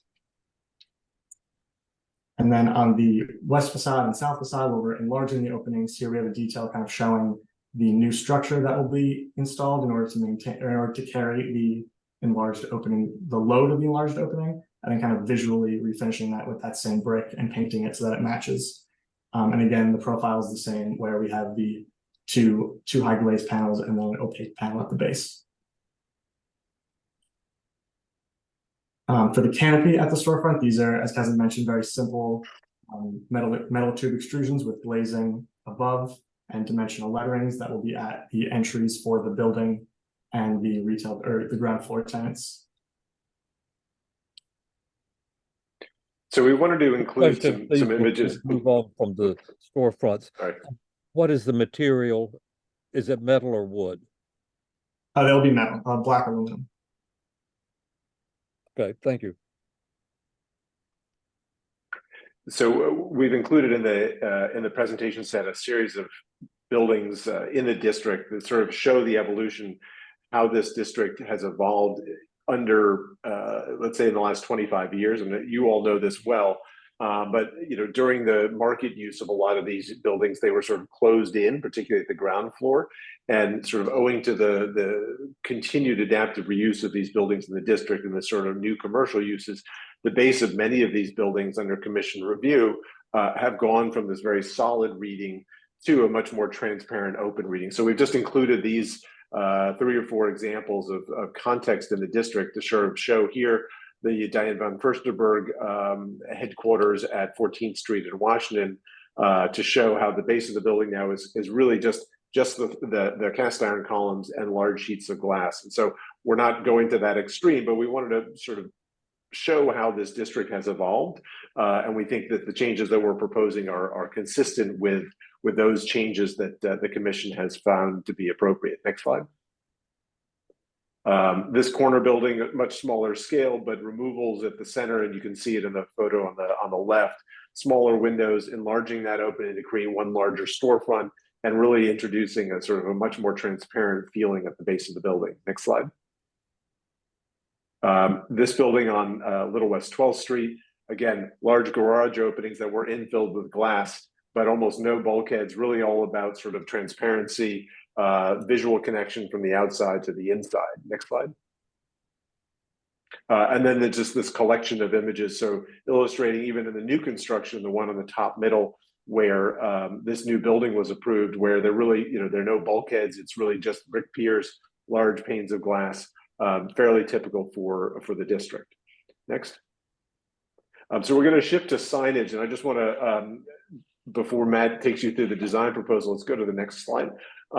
Just a collection of buildings in the district.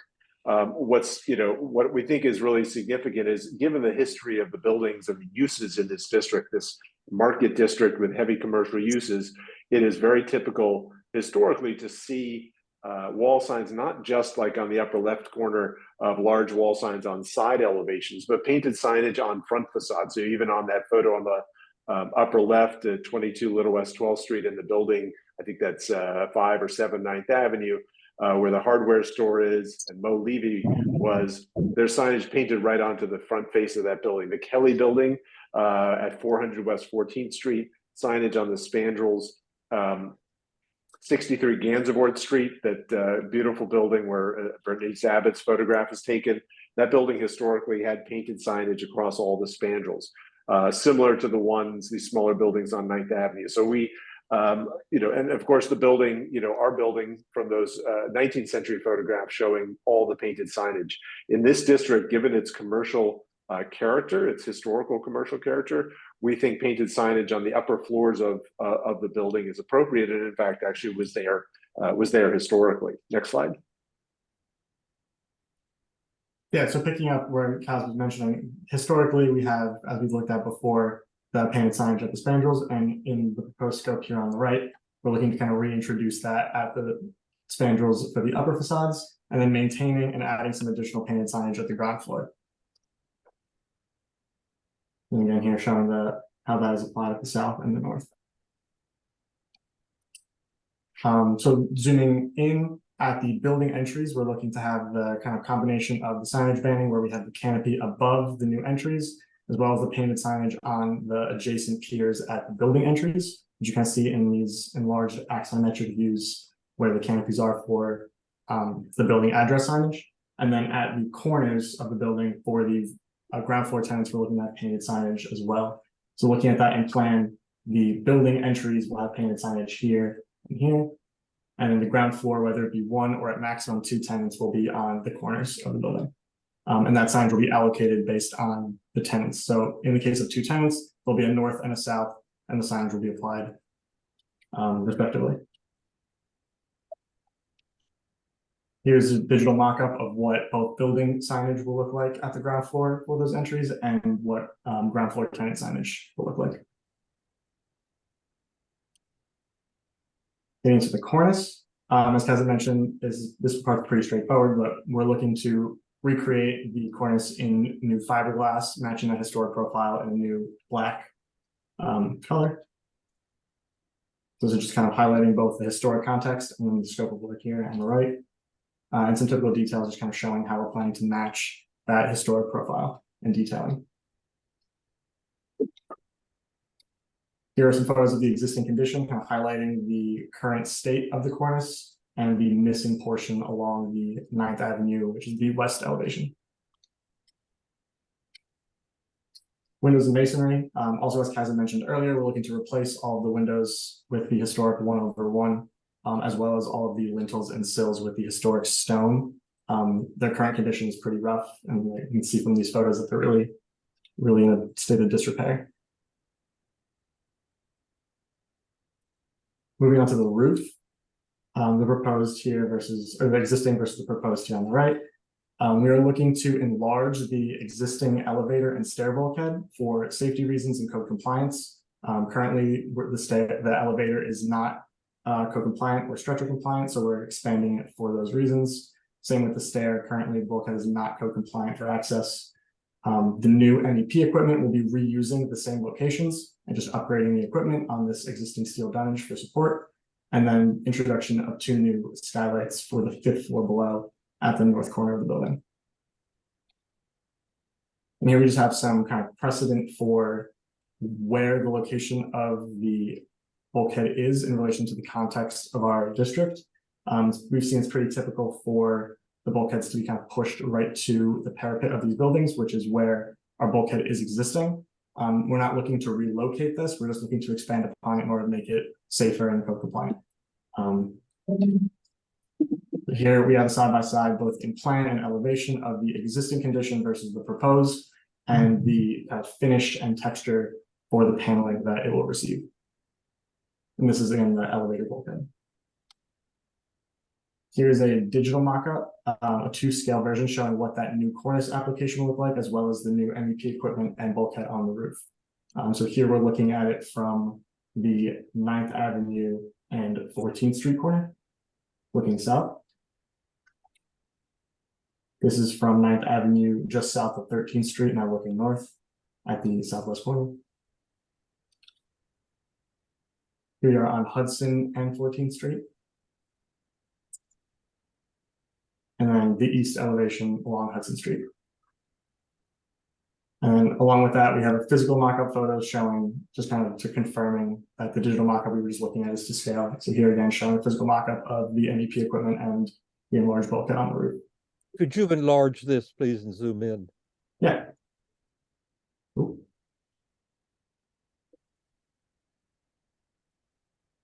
The one, I think it was the one before, yeah. Okay, that's it. Yeah. That's fine, thank you. Here we are again at that southwest corner on 9th Avenue. Further south. And then back to the northeast corner at Hudson Street.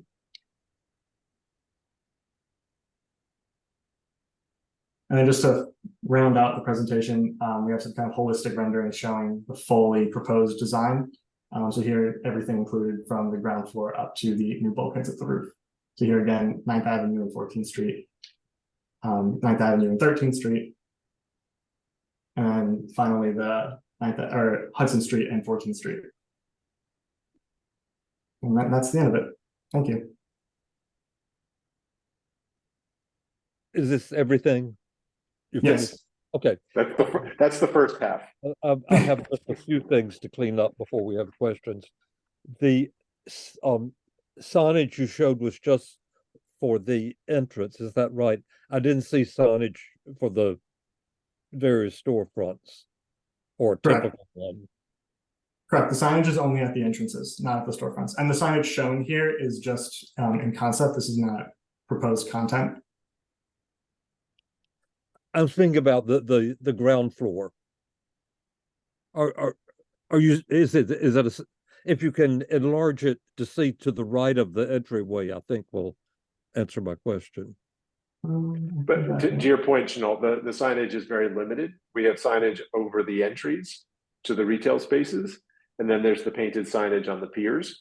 So there's a typical there's a typical sign ban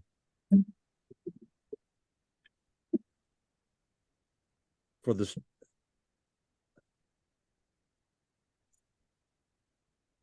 So the signage would just be at the entrance. Yeah, there's no additional signage than the painted signage and the signage over the retail entries. And so it's much like the regular entrances, just repeated at the assorted retail places. Yes. Right. Okay.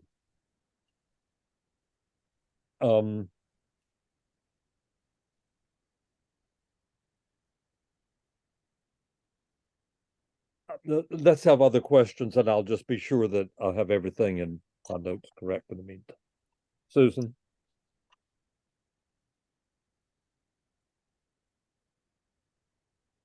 Hello?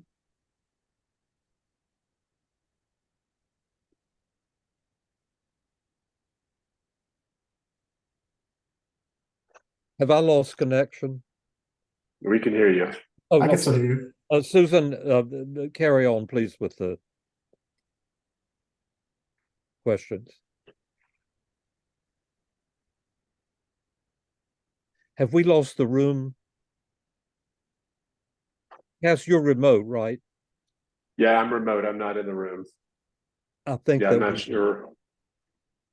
we seem to have lost the room. I guess they'll figure that out. Can we message them?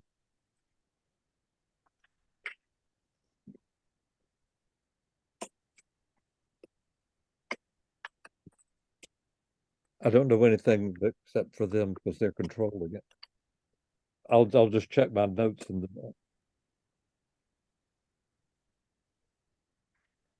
Oh, I think they're yes.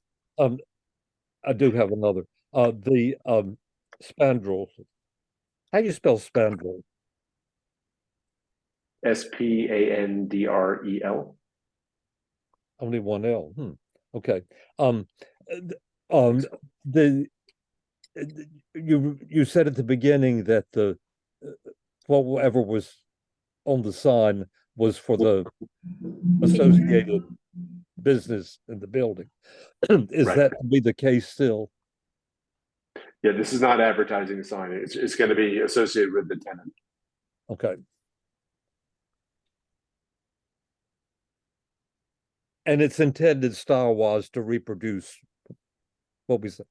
I understood why I was so confused because I didn't know that the building was half as big in the pictures of the Right.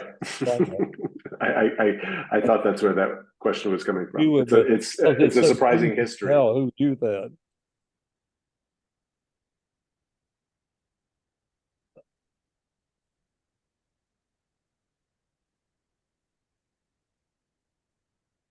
And it's assumed that or it's proven, or in any case, around the top, the cornice is going to be the same all the way around on all three sides plus the end. Yes. Yes. But it'll replicate what's there. I don't usually have such luxury of time. I know nothing to do except wait. I just sent a message to the office.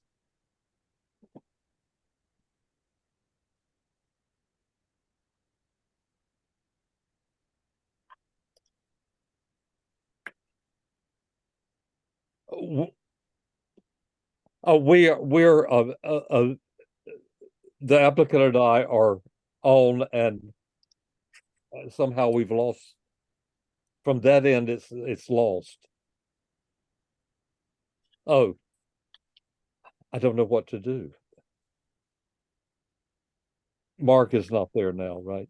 Can they call in, even just by with a telephone? Is anyone from the office there? Can you hear us? Yes. Can you hear us now? You're there, Susan? Can you hear us now? It's impossible.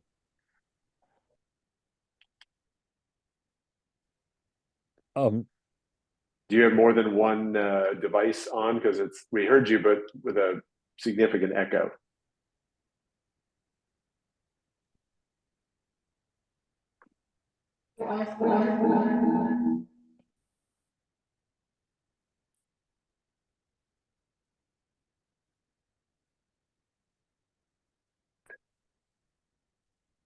Do they have access to the chat? Maybe if they had questions, they could put it into the chat and we could respond that way.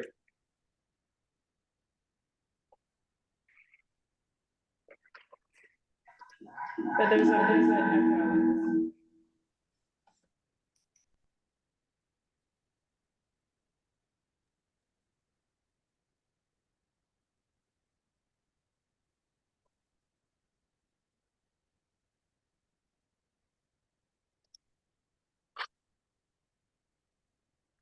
I see Brian's question.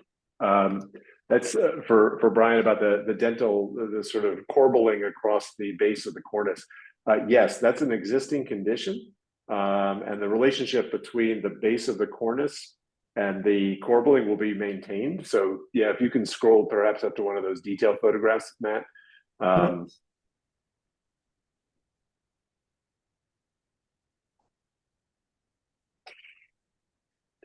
Slide 48, maybe.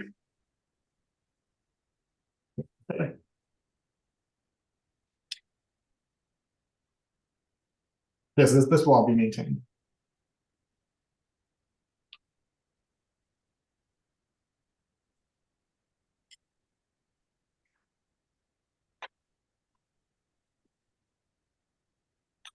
Is the One of question the about, fire escapes, one's being removed. Yeah, do you want to take that, Matt? yeah, the fire escape along 9th Avenue will be removed, but the rest will remain and just restored as necessary.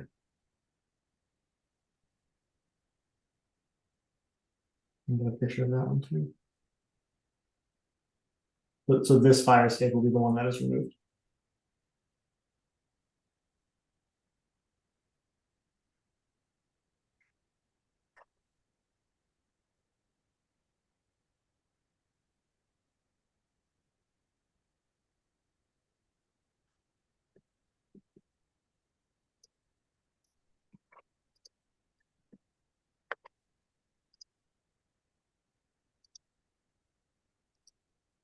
Hello, can you guys hear us? Yes. Yeah, that's much better. Okay, we'll just use my laptop. It's got a weird echo now. Okay, let's make sure that everybody else in the room has sound. Is your sound off on your?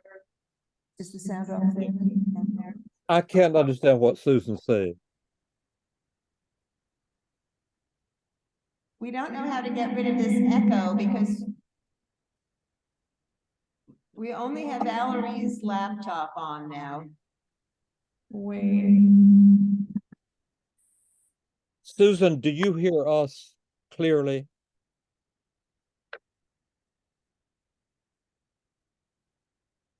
Should we disconnect all of these? So I'm wondering about them. I showed it. But they're giving two second or something. Try that. No. He's not attending.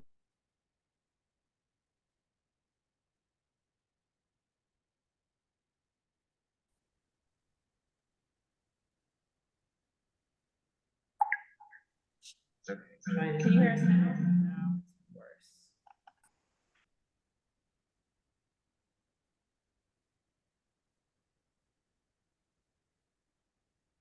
Mark, we've lost all of our connection.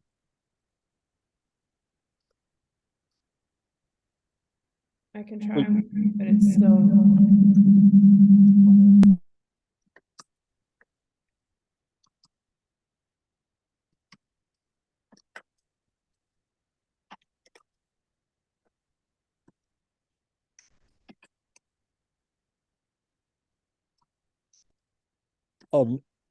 If there's no resolution of this, I see no alternative to adjourning the meeting until Monday, which is a free time.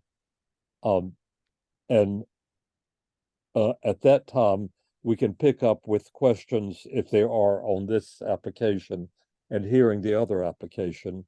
Do people in the room hear me saying that? Yes, yes. Can you hear us now? Still echoing.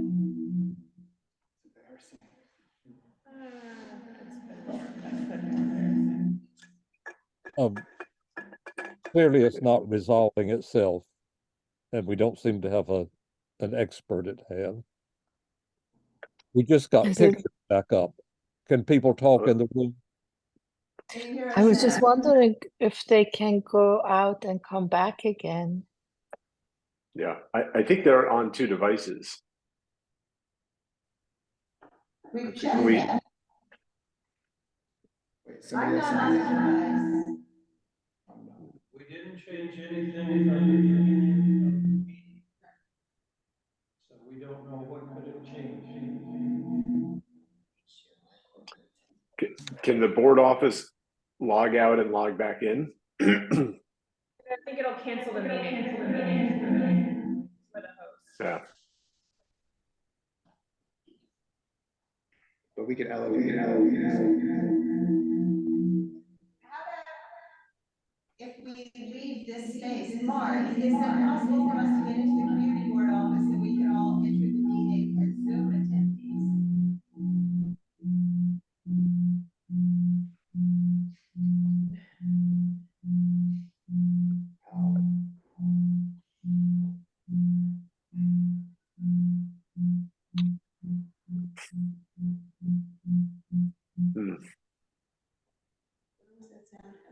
I think it might be worth having, having you log out, because otherwise we're having to restart on Monday anyway. So if you log out from the meeting and then restart it, can we all just rejoin?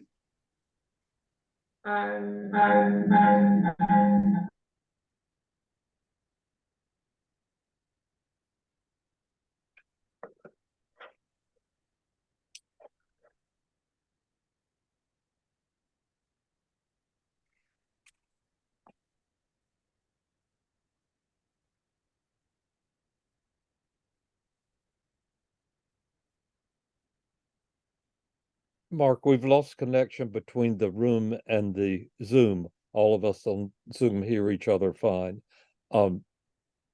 They seem to be working on it now and trying to log out and back in, but I'm not sure they're having success with that. Just call as soon as you can. Hear us now. If we don't resolve it, we'll adjourn till Monday. It's it's still, we have everything turned off. Right, yeah. We see it's just the audio was not usable.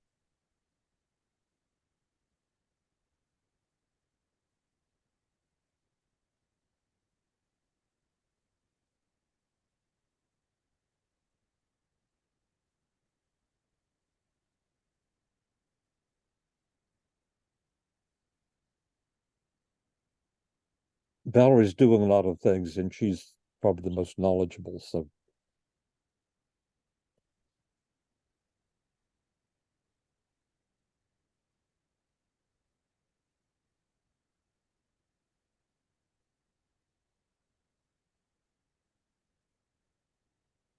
This is some new version of Zoom that hadn't been used before, and clearly that's the problem.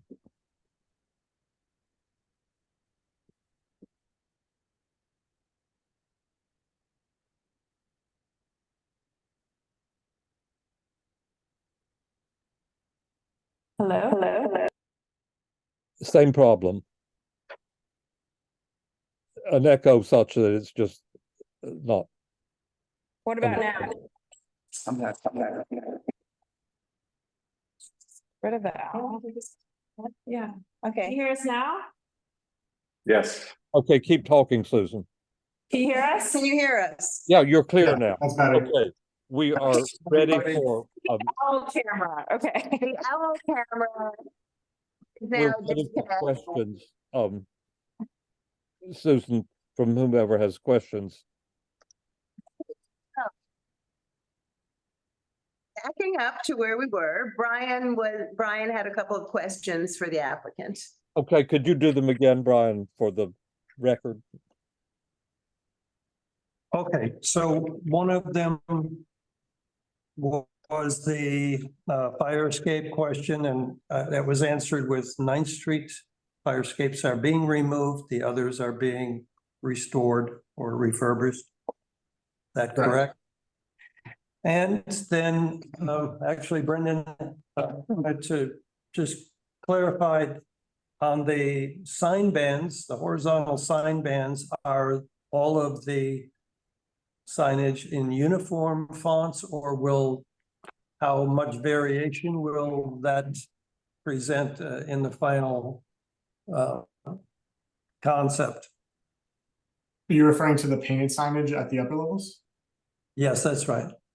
So it'll be a uniform, kind of consistent with what the tenant will use, but in the case of one tenant, it would be one consistent uniform font, kind of matching their branding and their products and services. And in the case of two tenants, it would be split, where the northern portion of the building would be allocated to the northern tenant and the southern portion of the building would be allocated to the southern tenant, similar to what is shown here with these mocked up.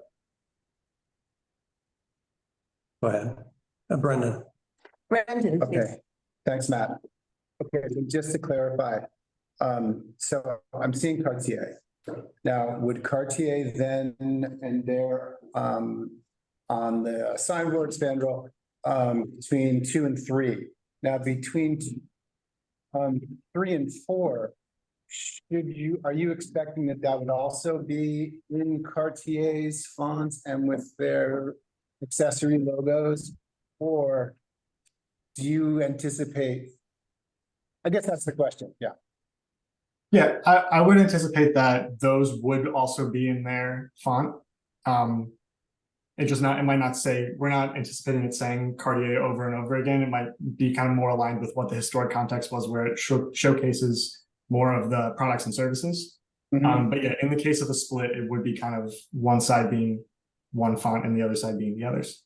Okay. So this is not entirely accurate. Are to these that. words, these names of the actual tenants, or is this just mock-up names? No, this is just mock-up for concept. Okay, so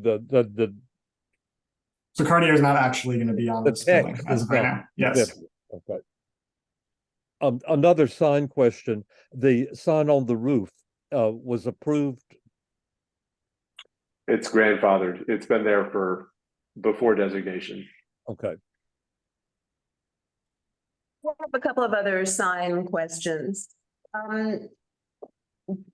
What would the controls be? I think we would want to know that each tenant couldn't just kind of go bonkers, you know, so that there were two competitive tenants with their signage and that they could become very colorful or more aggressive. You know, what you've mocked up is, what you've rendered is, you know, certainly discreet, but where would the controls be in this? Would each vendor have to go through landmarks, or is it sort of anything goes, or does the building owner have some control over this, or what are the, where are the guardrails here? Matt, maybe I'll take this question.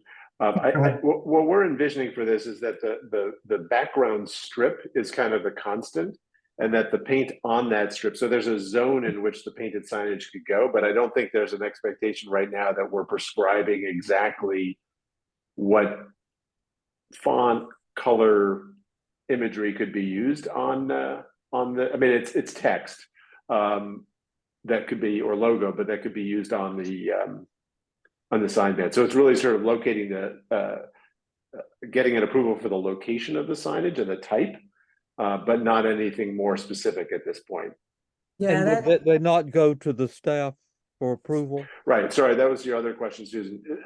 We're envisioning that any change to the signage would be approved by the staff, but that the underlying approval would be a commission approval based on what you're seeing today.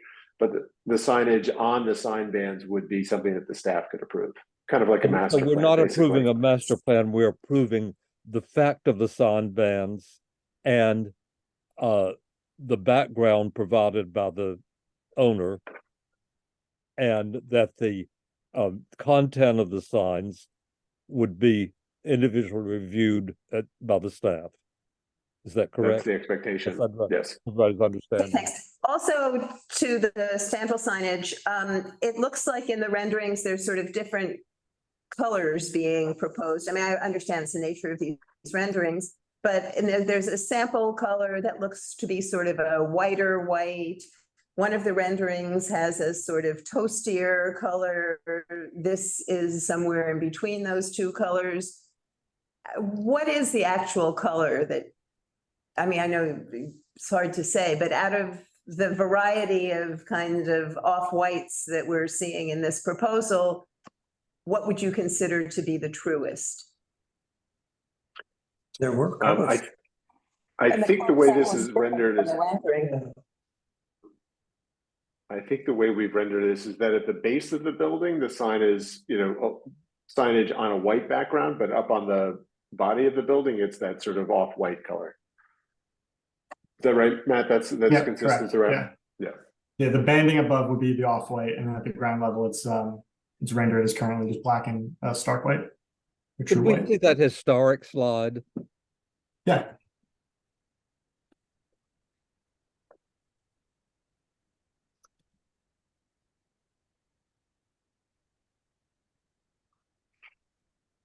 This one? Or the one of our No, the building itself. Let's go to the earliest one, Matt, because I think what's interesting about that slide is there's a variety of fonts and sizes all across the building. there's serif fonts, sans serif fonts. And it Different certainly heights. appears that it's a consistent background. Yeah. Which is the point of immediately. Yeah, it's a dark letter on a light. Are there background. other sign questions? Back to the one on the roof. Are staff approving the changes in the content there? I don't know. It's a good question. I can find out and let you know. Okay. Any more sign questions from anybody on the committee? Any others, Susan? No Anybody? other sign questions, but I have a couple of other questions. Okay. I noticed that the west facade and the east facade are very, on the base, are very different in that the east sort of maintains the rhythm of the punched openings of the entire facade, whereas on the west, they are, to my eye, kind of awkwardly interrupted by those expanded openings. I'm wondering why on one facade, there's kind of respect for the rhythm of the facade as a whole and less so on the other facade. Matt, do you want me to start that? Yeah, go ahead. You start that one. So I think, first and foremost, and we've spent a lot of time thinking about this, a couple of meetings with Landmark staff about this. The Hudson Street elevation, which faces outside of the district, is getting less, there's less of an intervention. So the facade on 9th Avenue, which faces into the district, that's where there's more, where the openings are larger. So we thought that was sort of an appropriate way to distinguish between the two, between the reading of the building that you get from a distance from outside the district versus what you have on 9th Avenue. The other thing is that we've purposely have created a regularity across the base, because one thing that exists today, and I think it's one thing that's been recognized in this district, is the way the buildings have been adapted over time. That they're not, this is not like Soho where you have this sort of regularity of storefront bay and consistency.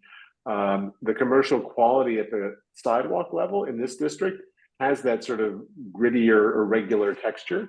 So we've tried to maintain that both in terms of the sizing of the openings, the rhythm of the openings, and just the presence of larger and smaller openings, like on 13th Street, where you have a sort of a mix going on at the same time. So it's actually purposeful. No, I figured it was purposeful. I just was wondering what you're thinking. Thank you. Fair enough. All right, thanks a lot. And one other question about the replacement windows. Are the windows that are being replaced wooden windows? I know you're They're all replacing aluminum. but are they currently wooden or are they currently aluminum? They are currently aluminum, and we're proposing aluminum windows. Right, understood. Okay. Thank you. Thanks. Anybody else in here? All right, Chanel, do you have any other questions? I don't think so. Carry on with the public, and I'm reading my detailed notes, so carry on. I'll come back. Pete, I think your hand was up first, so please go ahead. Yes, for the new storefront infill, which apparently matches pretty much the configuration from of window openings from the original 1855, whatever, for the original part of the building. What is the context for within the building for the larger openings? The context? Yeah. I mean, what did you take from the building to say, oh, let's triple the size of that opening or create an opening where there was no opening? Right. So historically, I mean, you saw it in the early photographs, there were these small punched openings across the base of the building. That's been modified to a certain extent over time, but there are smaller openings. And really, I mean, I think the way these have been designed, we've just basically taken out the center pier, so they're not widened into the piers. You know, is there a context for it? Is there some larger masonry opening reference that we're drawing from? Maybe not, but I think we're looking at the way, as I pointed out in some of those context slides, sort of the way the base of many of the buildings have been treated over time and up through the last, you know, half century, bringing more transparency into the base, sort of to speak to the new use that's going on there. So that's really the sort of context, but I don't know that it's derived from something in the building. Okay, so just to be clear, you would be removing historic material at the piers to create those, and that is in many cases material that existed from day one. Correct. Brick piers. Yes. Thank you. Thanks, Pete. Zach Weinstein, please. Unmute yourself. Yeah, Yep. there you go. Can you hear me now? Yep. Great. Yeah, thank you very much, Zach Weinstein, 92 Horatio Street, Save Gansport. 675 Hudson Street is not in great shape currently. It's an amazing building, and it certainly needs and deserves a respectful renovation. However, there are two concerns that I have with this application. The first one is that the application retains the huge, obtrusive, and historically completely inappropriate billboard on top of the building. Now, I understand that billboard is grandfathered in because it was constructed a couple of years before the district was designated. However, leaving it in place is certainly a choice that the applicant is making, and that's an unfortunate choice. In addition, the application calls, as we've discussed at great length during this hearing, for ribbons of painted advertising along the spandrels. I think there's a difference between what's being proposed here and what was the original condition of the building, which is the original advertising on the spandrels reflected manufacturing or operations that took place directly inside this building and which were unique to this particular area. I think there's a difference between that and having advertising for global conglomerates on the building. The first kind of emphasizes and enhances the specific unique sense of place of the district, whereas the latter is having advertising for global companies diminishes the sense of place. It homogenizes the sense of place. The second issue, of course, is that you can't look at the advertising on the spandrels without considering the context of the giant billboard on top of the building. And the combination of the giant building and the ribbon advertising around the building is all too reminiscent on a smaller scale of something like another famous triangular building like One Times Square, the old New York Times building, which currently functions almost exclusively as like a framework to support billboards. And what we're seeing here with the ribbon advertising and the giant billboard on top makes this building feel a little bit the same way, as though its primary function, its primary use is to support advertising. And I don't think that's what we need in the Gansport Market Historic District. The second concern I have does involve the enlarged, the very out of scale windows on the ground floor facade. These windows are historically inappropriate. They needlessly compromise the historic integrity of the building's facade. I think it's sort of unheard of to take an existing condition, which is fairly close to the original, and then remove material to create something that does not reflect the original. It kind of really goes against the entire purpose of landmarking and the purpose of designation of this district. And I find the rationale that, well, it's on the side that faces inside the district as opposed to outside the district, again, completely lacking in any kind of historical justification. I mean, there's nothing in architecture, the district, the historic character that indicates that the sides of the buildings facing into the interior of the district should be different from the sides facing away. So again, thank you very much, and I please consider these concerns. Thank you very much, Zach. Is there anybody else? All right, well, seeing no other questions, I think we can thank our I found one more question. Yeah. Could you show the entrance to the building itself that it was used to illustrate the signs? This one here, the rendering? That's not it. There's that one. Somehow the canopy looks too modern.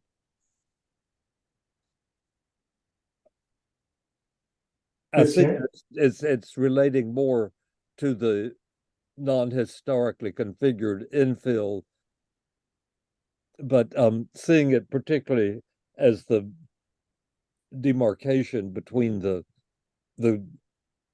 admittedly modern ground floor and the faithfully restored upper floors,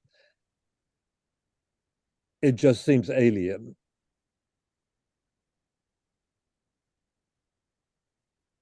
Got it. Yeah, the Whereas canopies are the meant to kind of- signs don't, for example, on each side, they have that shape that feels softer and historic. And maybe if the canopy were more in the spirit of them. Yeah, the profile of the canopy is definitely something we can explore further. Right now, it's kind of very minimal, just for a sense of wayfinding, but it's definitely something we can look into more in terms of its profile. Okay. Right now, it's a simple extrusion with glazing panels and the dimensional lettering for, like I said, wayfinding. Okay, thank you. Susan? There's nobody else. We're done with all the questions, so I think we can move on. Thank you very Thank you all. much. Thank you. Thank you, Matt. Thank you.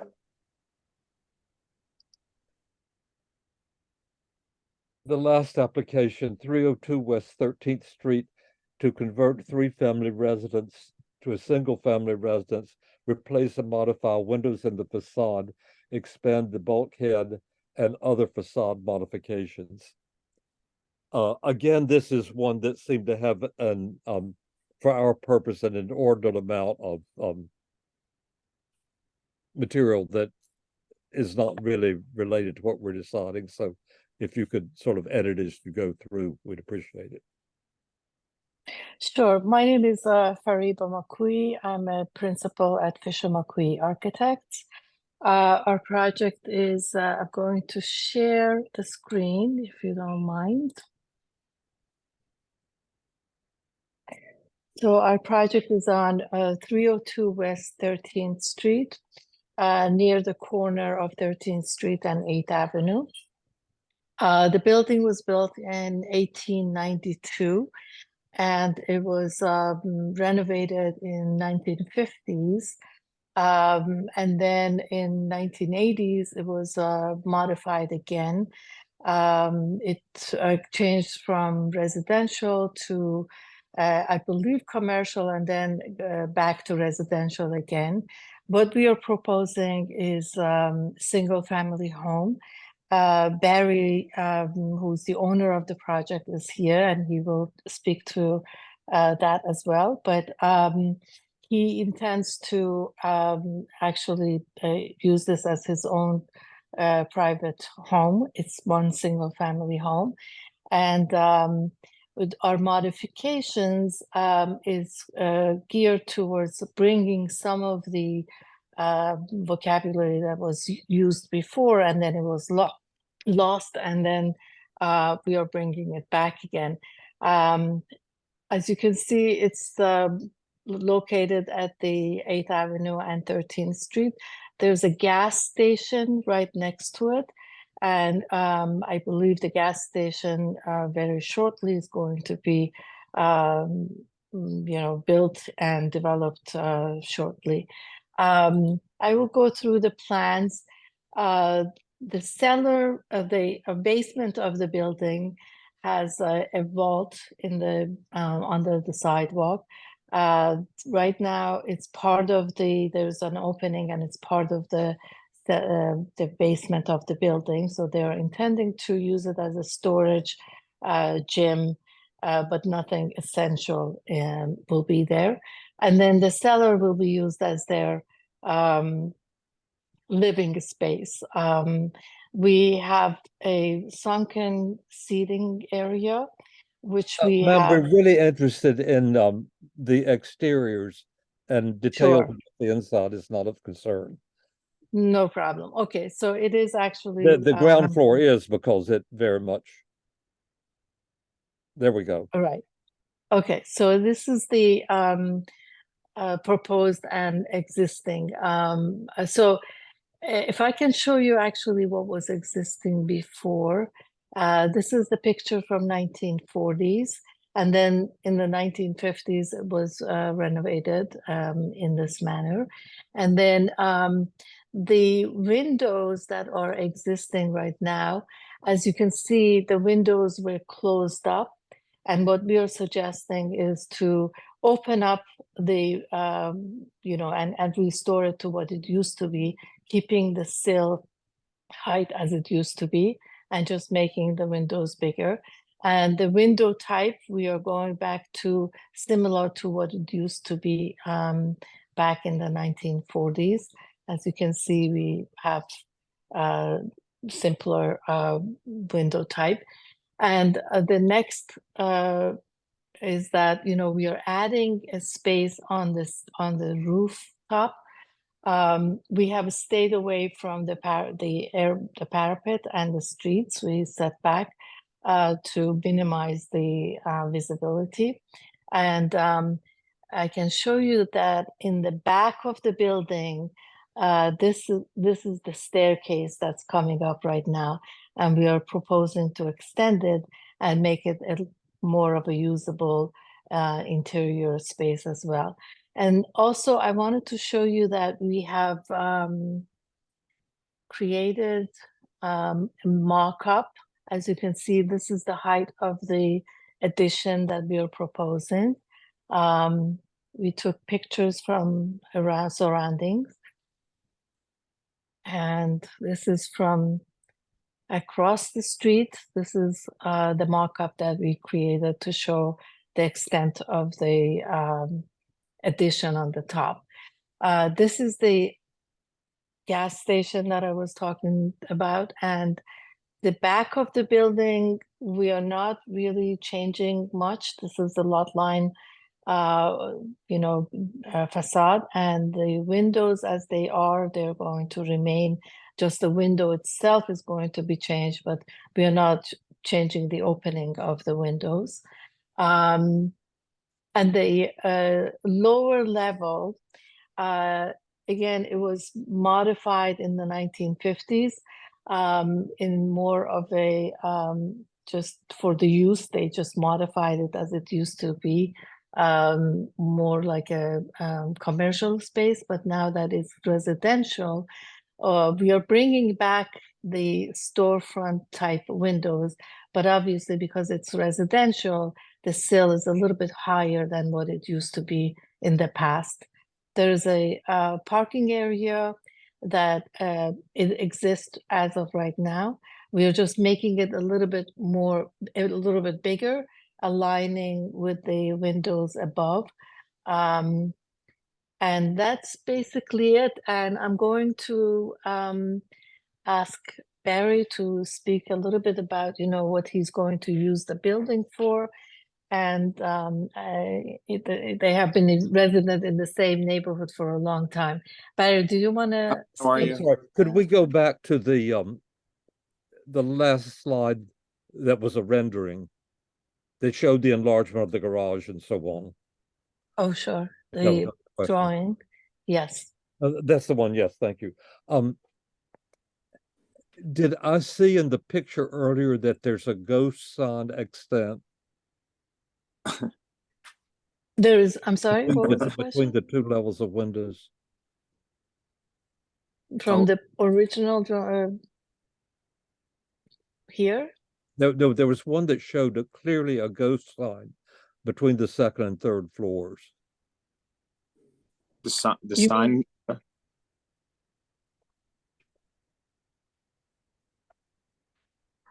I'm just trying to determine whether that is something that exists now, or that was a historic photograph and it's no longer. Does it show the advertising sign?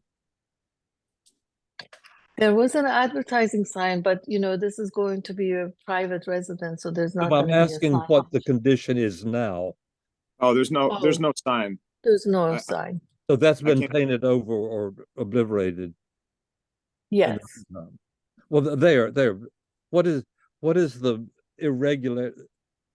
Zoom in there between the two, the second and third floor. That's clearly a ghost sign. I see what you're saying. Yes, that's a clearly ghost sign, but I have no idea when it was built. Barry, do you have? I'm sorry, can you, Uh, can everyone hear me? I'm having a hard time with this. Yes. Yeah, we hear Yes. you. Okay. Yeah. We can hear Yeah, you, so- and I'd like to clarify the question here. It's clear from the photograph that there's an existing ghost sign on the facade. We can see it, we can Yes. see the photograph, we can see that it's in the photograph that contains the mock-up. So clearly, Sure. Yes, yes. what is your intention? Is it to preserve the sign? So what I think it is that I guess the metal piece fell off a while back. I've only owned the building for about 6 months now, but I believe when it fell back, it says 302 Jackson Square building, and I looked all over and I've researched a lot about the building, but I can never find the original a good picture of it. It looks like it's red paint, but the original brick, I believe, is orange. So it seems like maybe the building was painted red for a while, and then I'm not really too sure of how that got there. And I did tons of research trying to figure that out. The important thing is that it is there. That's what we're concerned with. Yeah. No, it's definitely there. It's faded. It says 302 Jackson Square building. Yeah, we see what it says. Yeah. It's the fact that it is or it isn't, and it is. Okay. Yeah, I'm but sorry, you can go ahead with wherever you were in the presentation. Sure. Well, I just wanted to see if Barry wanted to talk about, how he's going to use the building. Sure. Nice meeting everyone. Thank you for your time. My name is Barry Lipsitz. I've been a resident in Greenwich Village for about 20 years now, and I've actually lived directly across the street. Well, slightly directly across the street for the last 12 years. So I'm very familiar with this building. I've been walking. It's been pretty much vacant for a relatively long time. I've been walking past it for a long time, and I'm looking to repurpose the building for my family and my wife and my children. And I'm not looking to flip the building or sell it. And I'm really looking to build my forever residence in Greenwich Village. And we worked really hard on the drawings and renderings and trying to keep a real respect to the historical context of the building as well as the neighborhood. Being on the border of the meatpacking district and Greenwich Village. Our original proposal that we showed landmarks that we listened to their suggestions was we had a cornered window wrapped around that we decided to put a punch window in, which is what they were asking us to do. We also reduced the mass on the addition. We shortened it a foot as well as set it back a little bit. But we wanted to use similar materials around the building to what we felt kind of really went with the streetscape. It's a relatively interesting building because it's triangular, it's standalone, there's no party walls. It's a super unique property and it's a building that I truly love and I think is going to be really incredible when it's finished.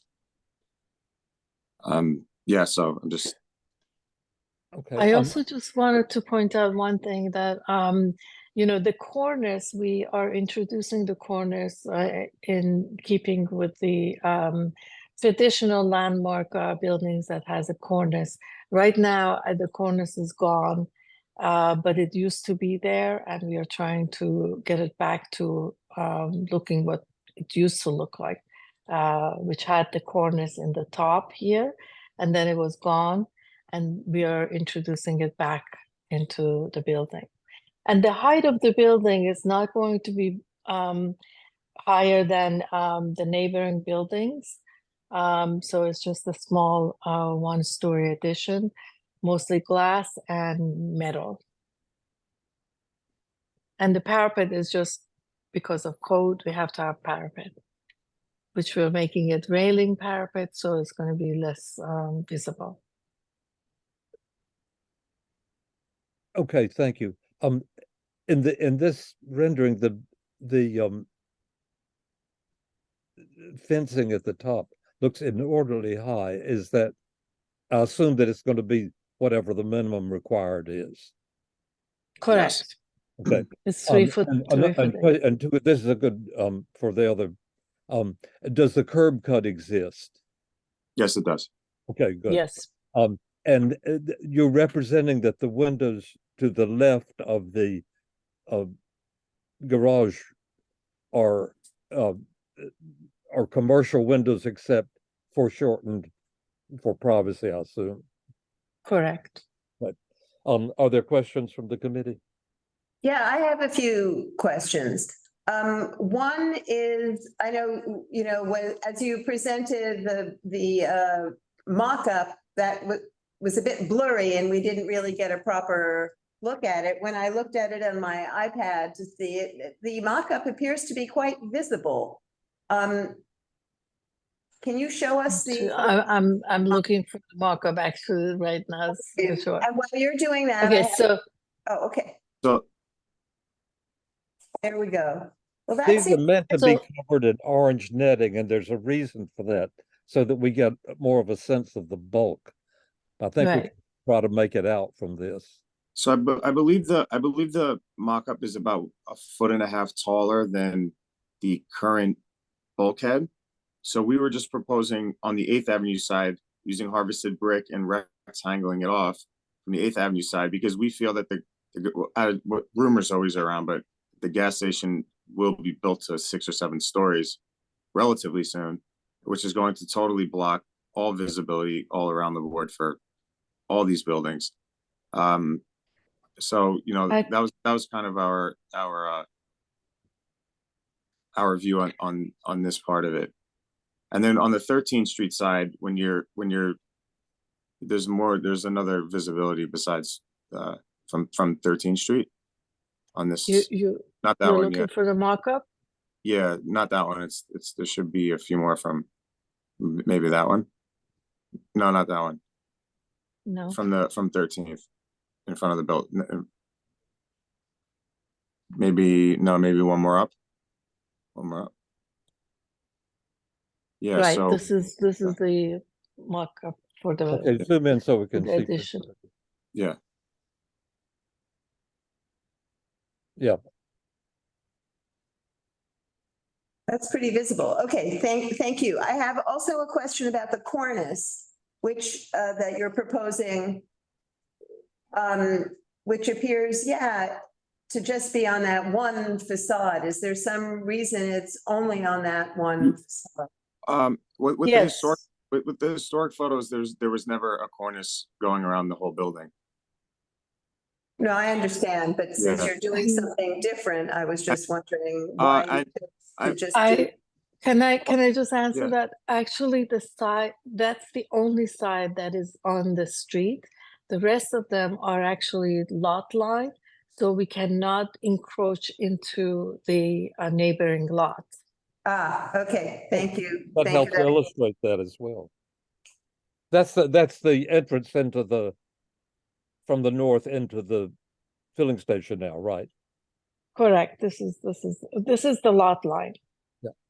Could you The go only back to the facade we picture have is that this. showed from the south view? I'm sorry, which? The which picture that we were looking at of the mock-up from the This south. one? This No, one? from the south. From the From south the side, the south, back of the this building. one. This one? So this is staircase, actually, the bulkhead No, is. no, the building itself. Oh, the building. Yeah, itself. okay, there we are. Sorry, on the left, just if you look at the MO in mobile straight up, is that structure is the neighboring building? Correct. Okay. So that's how high the building is in relationship to the Yes. neighboring building, in Correct. relationship to the addition on the roof. That's correct. And one last question for me before we move on, and apologies if I misunderstood what you said earlier, but I'm still unclear regarding your intention to either get rid of or preserve the ghost, what we call the ghost sign there. Are you maintaining it or do you propose to? So when we were going, we were proposing cleaning the facade, stripping the brick and just getting the old paint and cleaning everything and pointing, etc. But I mean, if it's to us it looked like, I don't know, maybe it was stenciled in or something, but you know. You're saying that you want to get rid of it. Is that it? That's the answer. If that's the answer. Yeah, I would like to. Okay. Yeah. You know, I need to keep it. It's okay. Thank you. I think the signage was painted, so we are going to power wash the building. And I don't believe that we can actually preserve the. Okay, well, we understand that it's a question of preserving it or not preserving it, and we understand. Correct. It's not intention going to be to preserved. preserve it, so Correct. that's settled. Okay, anybody else in here with a question? Brian, please. Yeah, it's very interesting that you did show that there's going to be a 5-story or taller building soon to be built where the gas station is. Is that what you? Well, we're just correct. We're showing that as reference. Just, you know, there's been rumors for quite some time that it will be developed sooner or later. I was just reading online and, you know, newspaper articles, but we're kind of just you know, thinking. You cannot take that into consideration. Correct. So I understand the nature of the thing. I understand the nature of New York real estate, but we must deal with what we have now, which is an exposed clear south view. Right. So I think the idea is that to show the height of the next door building that might be coming up, but this is the actual, you know, permitted height. And we are much lower than that. That was the purpose of it. Yeah, we understand that, but it can, and the commission can't take it into consideration because if it were underway, there'd be leeway, but it's not, and not even proposed at this time. Understood. All right. Does anybody else have a question in here? Do we count on excavations at all? Not really, right? Well, it's only in so far as if they may intrude on a neighboring building and be. This is not the case. Present a danger for death. Okay. Chanel, do you have any other questions? I believe not. Okay, let's go to the public then. Zach Weinstein, please.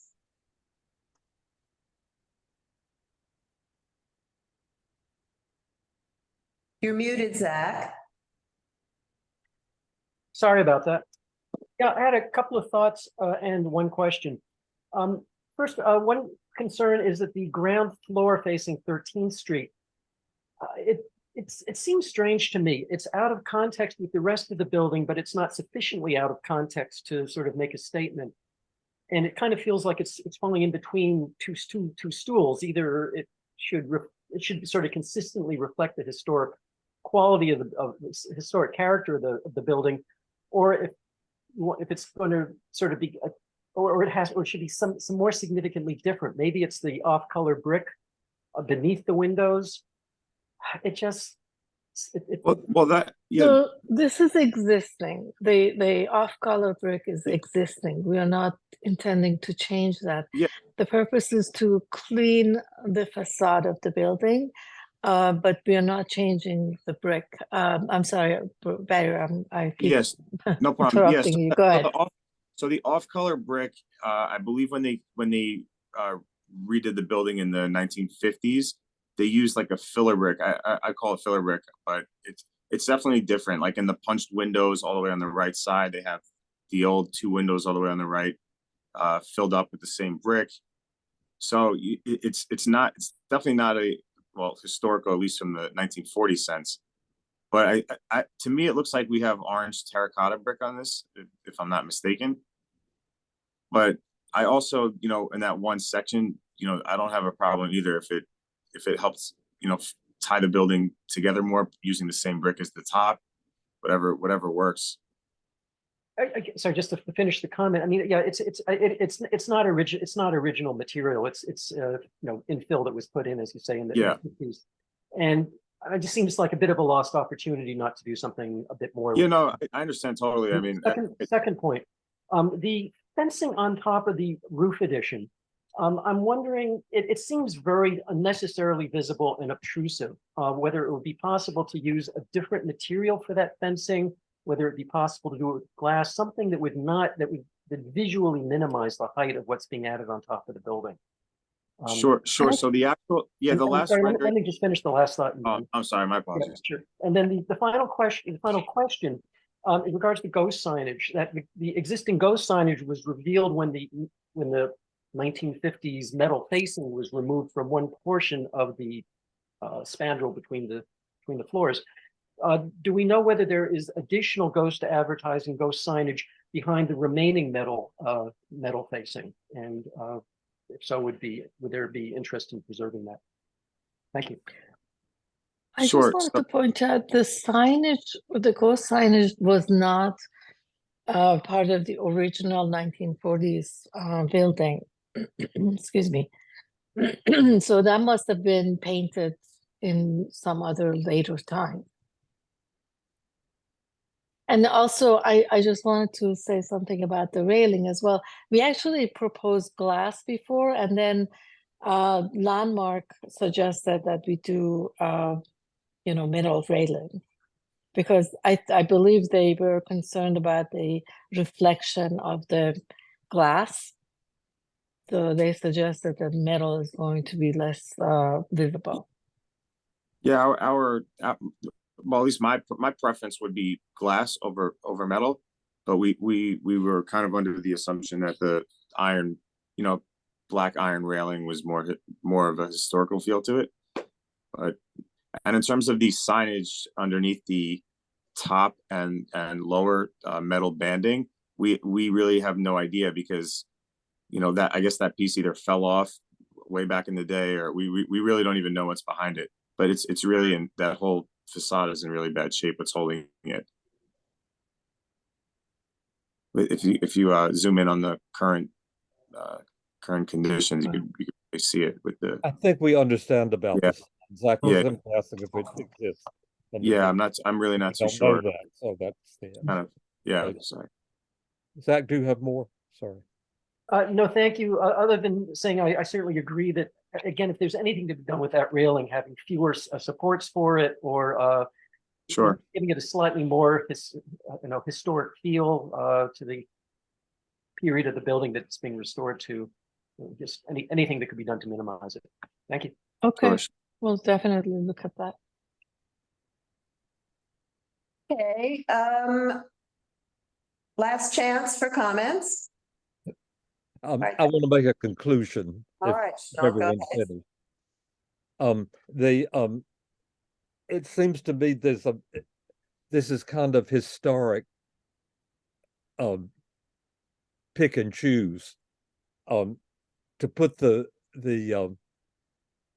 cornice back is restoring. Taking away the ghost sign is destroying something worthy of preservation. We're looking not only for the absolute original situation, but as with this building, what the sign does is show the evolution of it in a very clear way, because there was a certain time that was painted, and so it maintains the history and integrity of the building in a way that taking it back to this, if you will, pristine look doesn't. Okay. If no one else has anything to say, we'll conclude. Do we still have new business? Thank you. We haven't done. Okay, got it. Thank you. Thank you so much for your time. That's what I thought. Thank you. Thank you. Thank you very much. Thank you. Bye. Now for the committee, it's I'm sorry, one other important thing. We want to introduce. Dion, are you still here? Is he still here? Yes, we are still here. Oh, okay. No, we have had with a patient guest with us at this meeting with a baptism of fire. Dihan Raman is the fellow who will be working with us on the survey of suspected, if I may say, violations of buildings and just things that are out of order with landmarks preservation in the village. And Susan and I have met with him, and can we get rid of the screen and get him up? I think he's left, Janal. We don't see him in the Oh, meeting. okay. I know that he had commitments roundabout, but well, that's an announcement then that he is with us, and we'll have more to say Potentially not. in due course. What's his- Okay, can we get first of all, it's 9:20. Do you want to battle through or adjourn for the thing? Either is fine with me. I think we continue, because I think there's a land use meeting on Monday. Oh, we For still city have the kids. opportunity, but if people are willing to stay, then we will. I'm willing to stay, Yes. Brandon and Brian. Can we clear the screen? Oh, sure. I'll stop sharing. Okay, Okay, thank you very much. Sure.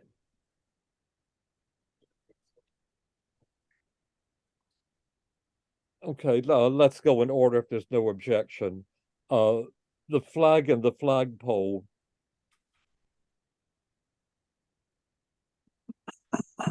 Any comments? That's good. I actually There don't. is the usual battle about flags in Soho. Boys versus flags. What's that? And if they conform to I mean, the regulations, we've generally approved them. I mean, do we have does the board have a position of not allowing any more flags? Is that what Pete had said? Well, that's No, what I was that- going to ask. That is not the case. We evaluate anything on a case-by-case basis. And we don't have a blanket view of it. Pete, who is a neighbor. Pete's right there. Yeah, I see. We rarely like to approve more than one per customer. Right, they're only asking for one, but Pete had a position that it should be, I believe, as The blade sign? a blade sign instead of, Speak into the microphone, please. sorry. The question that was brought up by Pete Davies was whether it should be a blade sign or a flag. And his position was that flags are more obtrusive, I believe. That's true. No question. The question is this flag in this place? I do not To find be this flag. consistent, I see no reason that it's not consistent with what we've approved in the past to approve this one. I agree with you, Chenault. I don't think, I think we evaluate these flags often contextually. So if an applicant has a trillion signs and awnings and this and that and flags and blade sign, then there's this sort of aggregate of signage. And we then had that last we- month. I don't believe that we've ever had a blanket policy against flags, and this seems very consistent with others on the avenue. So I don't see any reason to recommend denial, but if anybody else does, please speak up. I understand. Yeah, I would have to see some kind of a policy statement that I'm not aware of, but as it stands. There's not one. All right. There's not one for us, and we're the ones making this recommendation. All right. Since they've had that temporary installation up, can we Comes note up every time there's a flag in Soho, so it's not. the temporary installation they have up now, can we make our recommendation contingent on its removal, even though they have a hearing scheduled in December with landmarks for correction? Can we do that? Well, because this will go before landmarks before that hearing, right? Yeah, so. I didn't hear what was said. Could be included. They have a temporary installation and it is it's very distracting. That is not, they temporary installations exist and they're permitted with a permit. Right, so If there's there's some assertion that there's no permit for it. There's no permit. I think we should put in the resolution. I think that Okay, makes. then Do we'll, you think we need to note something in Yeah. the resolution that our recommendation for approval of this flag is contingent on not having any kind of permanent situation with that installation? Well, I was considering like immediate removal. we Contingent want on- to ensure that it's temporary and point out the fact that we have found no permit for it to be a temporary installation. Right, and that we do not want to see a series of temporary installations. Yeah, So it doesn't, we don't want them to take it down right now. We're gonna let it go until they're. I get the spirit of what to write for that. They could apply for That's what they- making it that's what they legal have done. temporarily, something like that. that's why I Okay, think we can we move on? This is settled and we know what we're gonna write. Mercer Street was not tonight. 10th Street,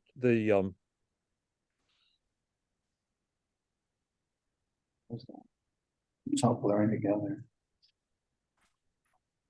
I didn't hear any great outcry of dissatisfaction with it.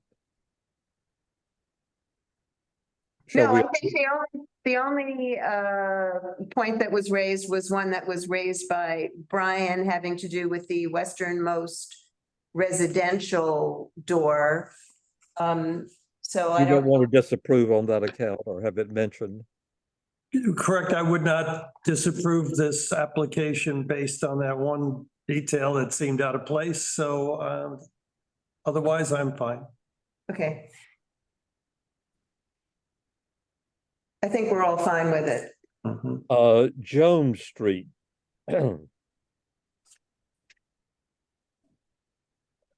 You were satisfied in the end about the killed and so forth, Susan? Yes, because apparently it's not going to be there according to what the applicant presented. I do have concerns, but I don't know if it's even part of this application about that rooftop space, but the rooftop space does not actually appear to be part of this application, which is to construct a new rooftop addition and to expand the existing cellar. The development of that back rooftop space where there are those two skylights was not really presented head on in any way. It was alluded to. And when I asked the applicant, they said that it would become a space for students and teachers, but I feel like it's a little bit, it's not part of this application, but I would like to include something in the resolution that kind of. In the interest of time, Doesn't I'll send allow you the hard law. resolution and you add that. Great. Because it's something that escaped me. Okay. Yeah, I just don't want to have an inadvertent sort of carte blanche situation. Okay.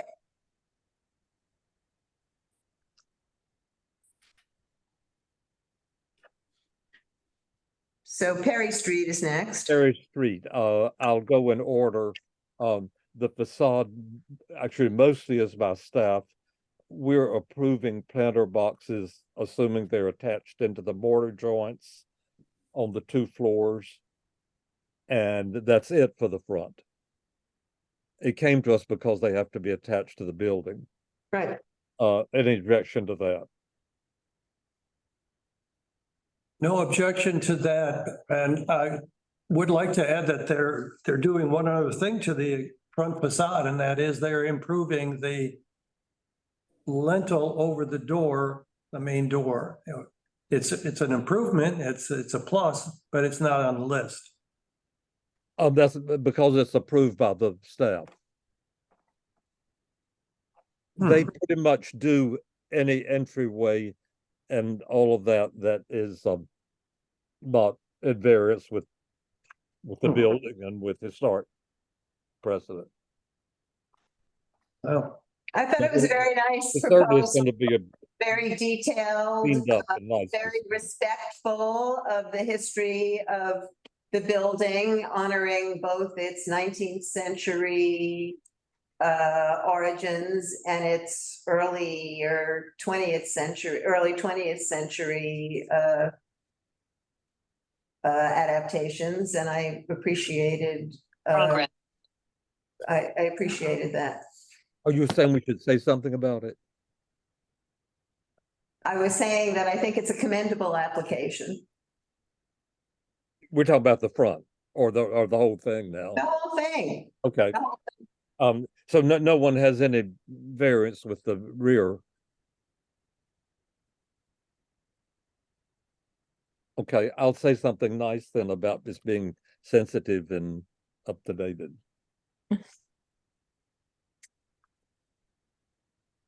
And also care to be respectful of the neighbors.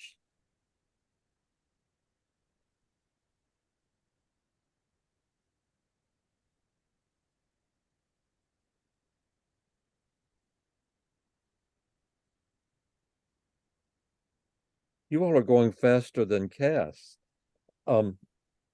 Hudson Street. Okay, if we could take it in discrete sections in the order it was presented.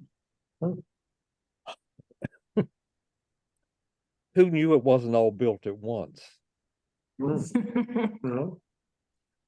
There's general mason, we're talking about not the ground floor now. General restoration of the masonry, replacement of the windows. And that's it up top. We're coming to the signage later. And then further, the storefront with one system in 4 versions.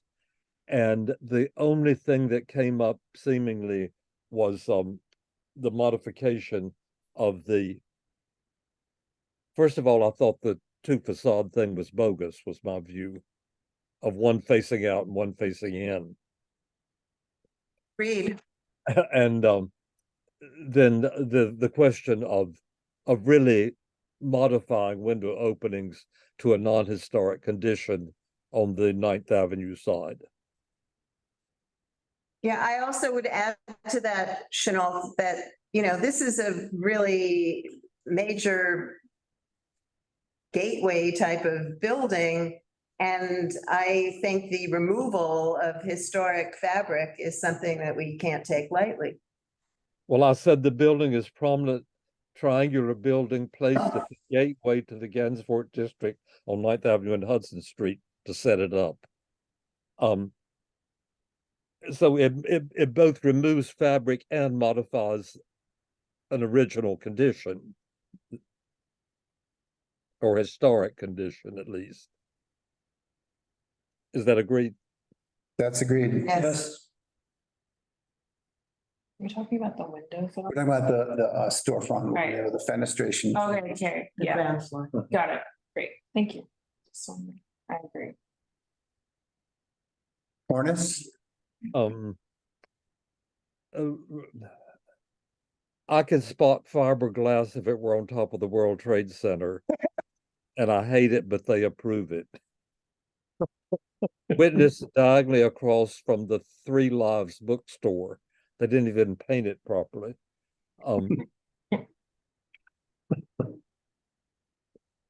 So unless I have compatriots, and that will happen.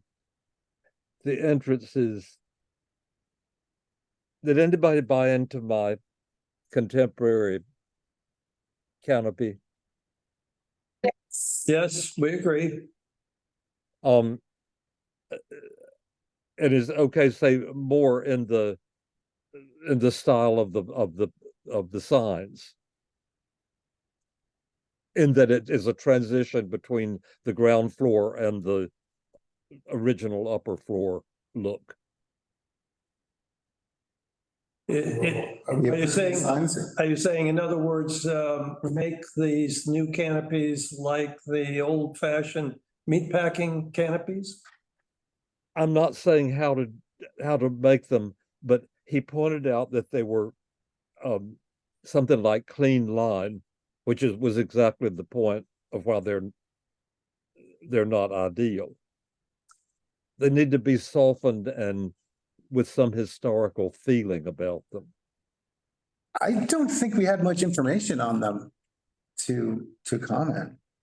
I mean, yeah, generally, we don't really know what they are. Yeah, but we know, and there's nothing ever looked like that on this building. That's the point. Okay. Not trying to research Understand. what they were. But what is Oh, got it. reasonable to assume. Mhm. Right. It's a brand new concept. Okay. Yeah,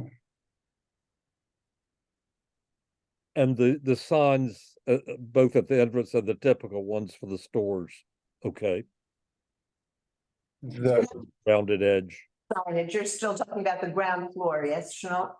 Yes, Okay, the main entrance had a more prepossessing version of the sign above and on each side, right. and then they were more modestly represented for each business's entrance. Yes, those were acceptable.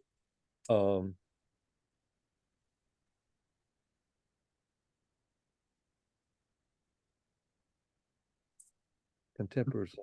I've just mentioned that twice. The rooftop sign, I never got back about whether it's the size that was approved, but I guess we can assume that. We just have to mention that it existed before designation and is not part of the application. Correct. For the questions. It's unchanged. The mechanical modifications on the roof and the elevator, I didn't hear any question or objection about it. no problem. Seemed rather modest, actually. And conveniently hidden behind the sign from the north view. Mhm. Right. Have we come to everything except the spandrel signs?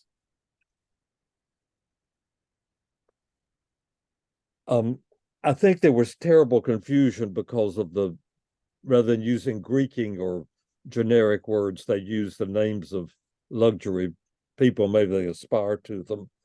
But it's clear that it reflects what's within and only what's within. Yes.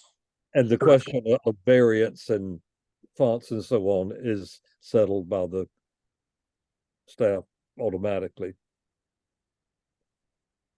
I'd like to raise a question about the spandrel signage, period. And actually the concept of the spandrel signage and the concept of the changes in the ground floor, because there's a disconnect there where the ground floor seeks to modernize and update the building, referring to the kind of contemporary retail use of the district, while the upper floors seek to harken back to a kind of over-restored, cutesified version of what might have been historically there. So there is this disconnect in terms of treatment of the building as a whole. So the base, the ground floor, the base is telling us one story. The proposal on the base is telling us one story. The spandrel sign is telling us another story. And I think, I don't know, I personally am not comfortable with those two stories being told simultaneously in that one building, because where that one building is situated and because of the history of that building. And on top of that, I would like to say that although that sign, that huge sign on top of the building is not part of this proposal and is a done deal or whatever it is, it doesn't mean that it doesn't exist. It doesn't mean that it's not visually impactful. It is. And I think, again, the combination of the signage, the spandrel signage, and that sign on top creates a lot of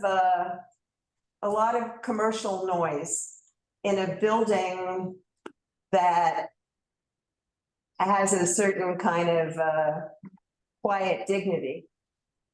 Okay, this is exactly what I was talking about with the last application too, is being selective. Yes. So I don't know I think to what, be faithful to people, that, we have to either recommend that the ground floor, which would be a little more preservation minded, that the ground floor be more historical in design and the spandrel sign in their historic manner, or not have them and keep the ground floor as it is. And to the point of visual clutter, we could say would deny unless the sign on the roof is removed. I don't know how far we'll get with that, but that oh, that's an could interesting be our position. idea. I think that's a great idea, whether we get somewhere with it or not. I think it certainly doesn't hurt to try to say that, because we know what the aggregate visual impact is going to be if both of those, if both that roof sign and those spiral signs exist. I mean, we know what an eyesore that will create. What's the trade? Like if there's a trade, we would trade the fenestration change at the storefront for the billboard on top. I mean, I certainly wouldn't change the billboard for all of the signage. Position to trade. I mean, we're just in a position to make recommendations.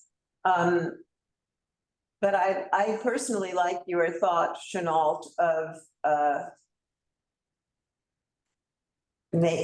deny unless with the spandrel signage. Isn't that what you just suggested? Yes, but I'm saying, should we tie it to a more historic design for the ground floor? Yeah, I think so, so that it's a more unified vision for the building as a whole. I don't know how others feel about that, but I like that idea. That's a great point. It's I have never liked and it was even more selective because they're saying other places have done this, which they have that point. But we're moving it into the context of this building, and we're considering it and not all the other buildings tonight. Right. So we'll go back to something historic about the sorry to take moments, but if I don't write it. No, it's good. No, it's fine. Well, while you're writing, Spence. Historicify the ground floor. Wait, you mean keep the piers in place on the that's an absolute. We got Yes. that. But that the system, if you will, of windows should be more historically reflective. Therefore, change, yeah. They fit in a way with the spandrel signs. So we're already saying spandrel signs in? I'm confused. I think, yeah, I think what, about the spandrel, it's more. Zach Weinstein from Save Gendor, he's a major stakeholder and he is, adamantly against it. And I think he made good points, which, if we're using logos that now we have Adobe Illustrator. Back then it was hand painted and based on typesetting. What goes there? We can make a recommendation, but what goes there is a staff decision. What goes there is a staff decision. So we have to deny signage completely. That's what I would say. On those upper floors. And I feel that the signage is going to be approved and we're better having a position on it than simply denying it, just from the history of how these things go. Then that's fine. So my reaction to the spandrel signs, the first reaction was, it was very shocking. It was very harsh. It created a whole different architectural look to the building. You know, there's stripes. It's creating a striped building, which they're not restoring a ghost sign. So I don't think we should conflate it with the ghost sign conversation that we had. And by the way, if you look at the existing building, it's not a straight line, as was pointed out by the architects. There has been some settling and some shifting, and you can repair, but unless you reface the entire building, you're going to have some irregularities. So it's not going to be a clean line.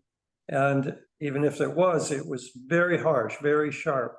And so I would not be in favor of that kind of a contrasting banding of paint on the brick, plus all of the fonts and logos on top of the paint on those spandrels.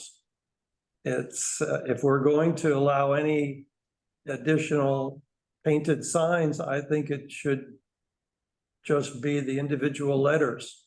That's a very good point. So we're asking for text only. Yes, We're able to do that. my And that would, if passed by the commission, that would guide the staff in what the staff would certainly take would be obliged to conform to whatever the commission said about the signs. Yes.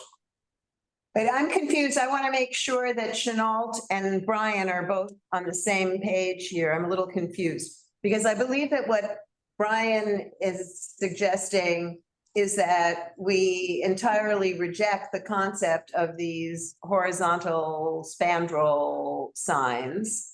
And I'm not sure that's what you're talking about, Chenault. I'm not. I'm talking about what's on. Yeah, I think we're in the room here, here on LaGuardia Place. I think questioning Brian, are you saying that concept of these spandrel that the bands can't be even acceptable because of building settling? The bands don't represent something in the building, correct? Like they're an ad unit that's going to be sold by an out-of-home media company. Is that? No, they are. He said very clearly they would be for what's in the building, and that if there were two tenants on one floor, it would be split in half. But it would be in the font of the brand of whatever's in there. It wouldn't be something to the building or to the, we talked about a Sarah. No, it was for tenant, because that's the first question I asked, because it came from what Zach, who's positioned in the upper left-hand corner of my screen, said. And immediately we didn't, I suspected that it was false lettering and should have been generic, so there wasn't this confusion. I think it's aspirational lettering. Right, because it had also like the symbols of that brand as well. It wasn't just lettering, which there weren't symbols on there before, right? Right, logos, right? Okay, thanks. It's so dangerous. Yeah. It's so dangerous to do this, to allow. I mean, on the one hand, I do like painted signs. I like painted signs on brick. Okay, can we come to a conclusion now? I don't want this. We have modified our original ground floor that we want we know that the masonry mustn't be touched. That was settled. And the modification is that the design of the window and door systems be more historically informed. Yes. Separate from that, that the sign bands, I would like to also propose a dark, that the background go darker. So that it's highlighted, but not look like tape taped onto the building is sort of what it looks like. So a darker background with only lettering and no logos. So we're, That to be enshrined so that whatever leeway the staff have, which would be basically font, color, and size. did we put the sign bands to a vote? I mean, I don't, I'm inclined to, I'm against the sign I'm against bands. the sign bands. I thought we don't want the sign bands. We do not, those of us in the room here. But we don't want the sign bands. Of the And sign then we won't mention the rooftop sign. bands. So as this conversation kind of unfolds, I think it becomes more and more clear that we have concerns about the impact of those sign bands. And I'm, going back over the proposal and I'm looking at the photographs from 1855 from the New York Historical Society, which obviously is the sort of reference point for these signs. And, this was from a totally different, obviously, time, but it was also from a totally different iteration of this building where it didn't even have its triangular component yet. It really looks like a mid-19th century manufacturing building. By the time we moved to the 1920s, there's no spandrel signage. And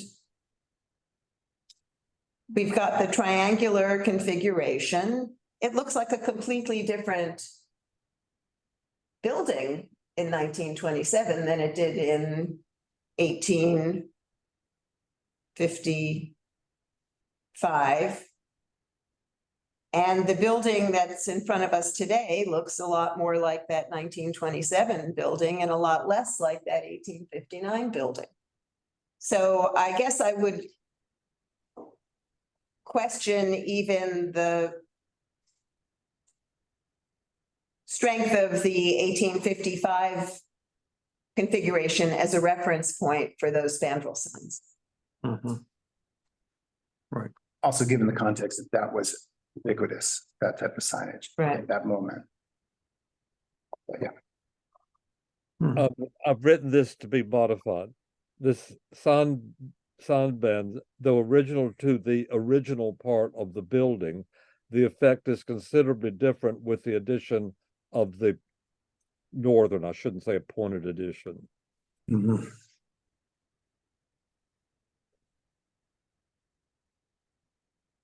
And therefore they become a decorative element.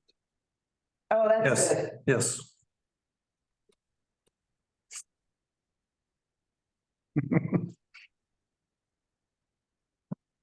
I just made that up, whether it's true or not.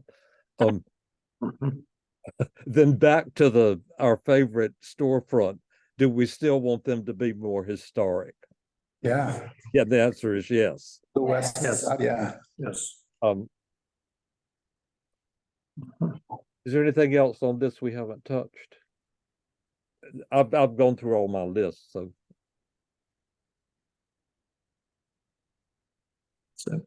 Last call for comments on this application.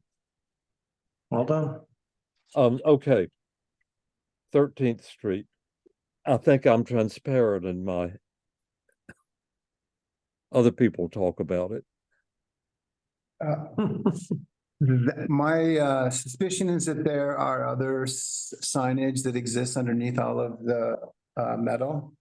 In terms of, so that's to your point of wanting to save the ghost signs where they exist, Chenault. Do you feel strongly about that? I feel firmly that whatever ghost sign exists should stay. Okay. It's not our fault they're taking a commercial building and living in it.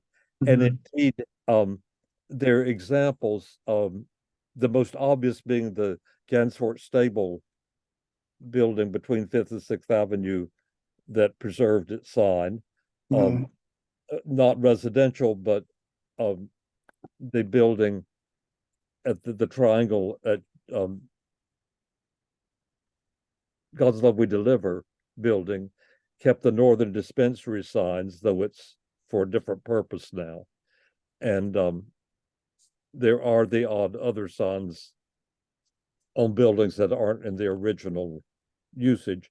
And it seems to enhance it rather than try to make it something that it never was. It's fine to live in it. It's fortunate they have the garage, but Well said. and Well, Chanel, I was wondering, so there's going to have to be a lot of tuck pointing, a lot of cleaning, a lot of repairs of window sills, lintels, you know, the whole 9 yards.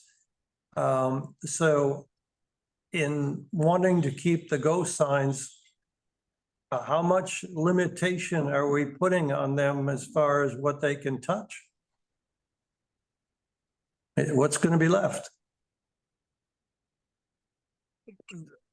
There's a level of conservation. the lintels that they're coming down to are above it, and the ground floor is below it. So they just leave it. Right, but they're going to be tuck pointing all the brick. They'll have to fix it, yeah.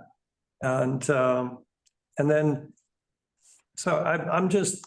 Well, if they're the saying it must be- if the brick is all degenerated and they have to redo it, then they can apply for a hardship, you know, or point that out. But they didn't suggest that. They said they were cleaning. Yeah, power washing isn't necessary. But they didn't suggest that it's in bad repair. That's true. Yeah. And if they can make an argument other than, the point is something historic that exists, and they're putting back the cornice. And presumably making a reference to the shop windows downstairs, which I think is tenuous, but. Okay, so have we settled on keep the ghost signs and allow the whatever restoration for the masonry? Is that And the what we're cornice, saying? and putting the cornice back. Cornice, yes. And then there's a question of the rooftop addition. Right, and its visibility. Yeah. It's more than minimally visible that the whole thing's visible. Right. So, I mean, the way I see it is that there's roof structures up there already, and it's just being enlarged. And I tell you, I'm very sympathetic to this owner. This is the gas station, the buildings around it, the condition that it's in. It's just, it's like a money pit. Just touching anything is going to be a very big deal to make it worth anything at all, worth doing anything at all. And I don't find the enlarged stair bulkhead to be objectionable, personally. Oh, by the way, on the railings, the fencing, whatever, on the top of the bulkhead, yes, we would have recommended no glass and use metal. Oh, yes, that was no question of that. But nobody says they have to be black. They could be a light gray, a battleship gray color, something that would not be standing out so starkly. Yeah, I think that's a good suggestion. The other point was pulling them apart too, increasing center lines of them. Have we ever discussed that? Well, that's pretty much code. Yeah. It's a code issue. Out in center, yeah. Okay. Although it's pretty much across the board. Brian, your point is good about the way it looks in context. we didn't make the man buy the building. And he didn't inherit it from his parents. So he made an affirmative decision to buy a building that's this building where it is and in the condition that it's in. We are concerned with historic preservation and maintaining the character of the village. And if those two are in conflict, it's not our fault. To the point of the rooftop addition, it really doesn't look bad. However, how do we draw the line at more than minimally visible in the core of the village? Karen, How do we say we're going to make an exception to that? Yeah, Oh, well, I would okay. say it's a necessary modification for, it's required for a stair bulkhead. And I therefore, thought there was a room up there. It's not a modification of the, it's not just to get to the roof some better way, is to go to a little room. I understood it as an penthouse, amenity as also. it were. A tiny penthouse to be sure, but a penthouse. right, I just don't see how it fits as a, if you will, mechanical necessity for the building or any other way. I think that we have accepted a moderately enlarged rooftop that's visible, a rooftop addition that's visible. It's just there's nothing you could do to that building to add anything that wouldn't be seen because it's so exposed on 3 out of 4 sides. So it's. But we have rejected the exposure argument in the past, to be fair. Sometimes we do, sometimes we don't. We generally have because, I think I heard an argument that it was aligning with the bulkhead of the adjacent building. Did you guys hear that as like? Well, it's smaller than the adjacent building and thing like that. It was an alignment concept.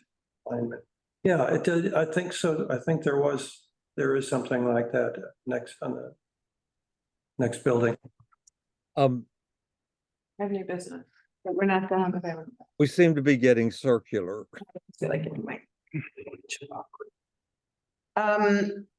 So the question is, can The we? question is whether to approve it or not as more than minimally visible, considerably more than minimally visible. Given that anything is going to be visible. I just can't see the exception here. If this looked more like an expanded version of the existing bulkhead, It's bigger. just a little bigger, I think we could see our way into this. But it doesn't really even reference the existing bulkhead, which has a sort of vernacular quality to it. Right. And that's in a sense what happened with the elevator shaft on the 9th Avenue building that existed, and for good reason they need to pump it up a little bigger to modernize it. Those elevators are terrible. I've been in them. They're scary. And so there's just and that's usability. This is adding luxury to the building. And What do people think about rejecting the addition as designed, but not entirely rejecting the concept of a structure up there that suggests an expanded bulkhead rather than a whole new thing? does that border on redesigning it? Just not that we reject it as design, period. Design Do we have to say more? as it is finding a way to honor the fact that there is an existing bulkhead there. You want to say that? Hmm? I don't care, I'm just asking. What are you want to- asking? You want to say that it's more than an enlargement of the existing bulkhead, Yeah, because it Okay. is. and you want to say that in the resolution, that's, Yeah, okay.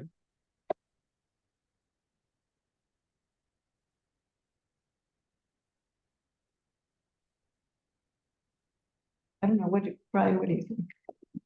I'm done. Brian wants to just.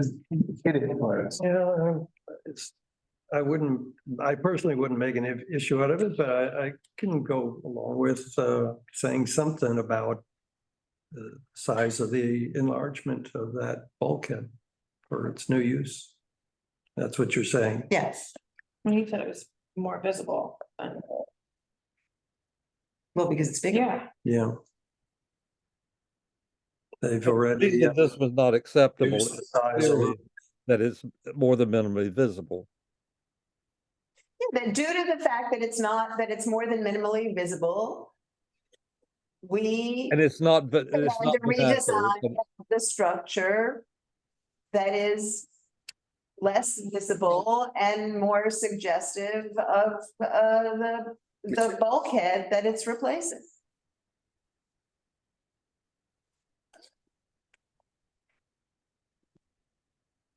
okay, I wrote a lot on modify it.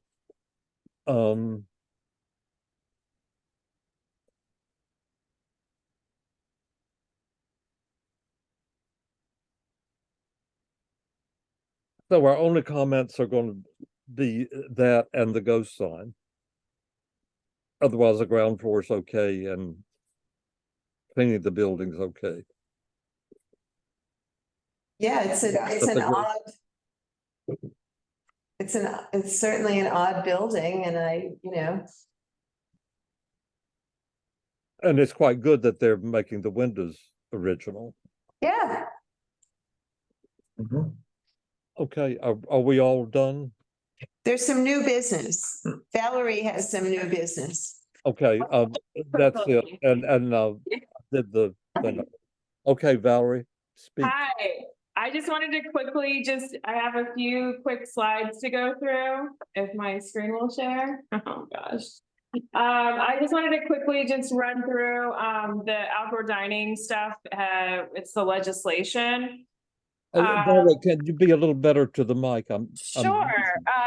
It's actually not the legislation, it's the regulations. So the rules, this is just showing local law 121, which is the legislation.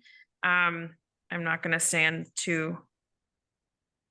So I'm going to quickly just show in the rules what is in the rules. So the outdoor dining working group met on Monday. We will be doing 3 responses to the rules. We will have a resolution on the sidewalk, a resolution on the roadway, and a resolution on the legislation. So this is the regulations are the proposed rules that DOT is proposing. To quickly, these are the 2 things that are so we have 2 resolutions that will be going to DOT, one on roadway, one on sidewalk, and then we will be doing a resolution on proposed amendments to the legislation. So there are things that are in, so the 10-day, so this is the same as is what is in the, this is what LPC will review. If there's a work or improvements on a sidewalk, cafe, or roadway cafe that are located within these parameters, that's in the legislation, that's also in the rules.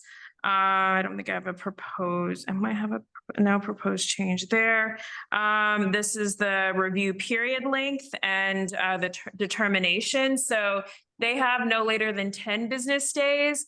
So for us to make a recommendation, I know that CB7 is making a recommendation for that to be 30 days, not 10 business days. So that since that 10 business days is in the that is in the legislation. So we would have, that would go in our resolution on the legislation. I just wanted to see if that's something that this group, I'm proposing it to this group. So if you want to make a change, I don't know if it's 30, is it 20? So I just kind of wanted to throw that out there for this group. But that. So can we do this one by one? Because Sure. Sure. Okay. So Anyone opposed to 30 days? No. Or want a different number? Bigger. Okay. 30 days agreed, Valerie. So, okay, yeah, so they have 10 business days. That 10 business days is in, thank you, Sean, that 10 business days is in the legislation. So that would require an amendment to the legislation. So that would, that will be going to our city council members then.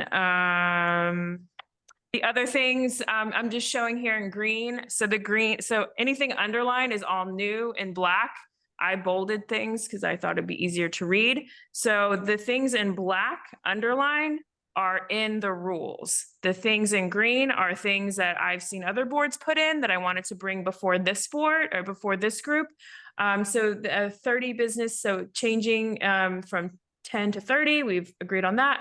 And then adding in after the date of receipt of a complete application. Right now, it just says a complete application, which is assuming that is a complete application going to LPC. So this is saying, clarifying that is the complete application by LPC and by the relevant community board.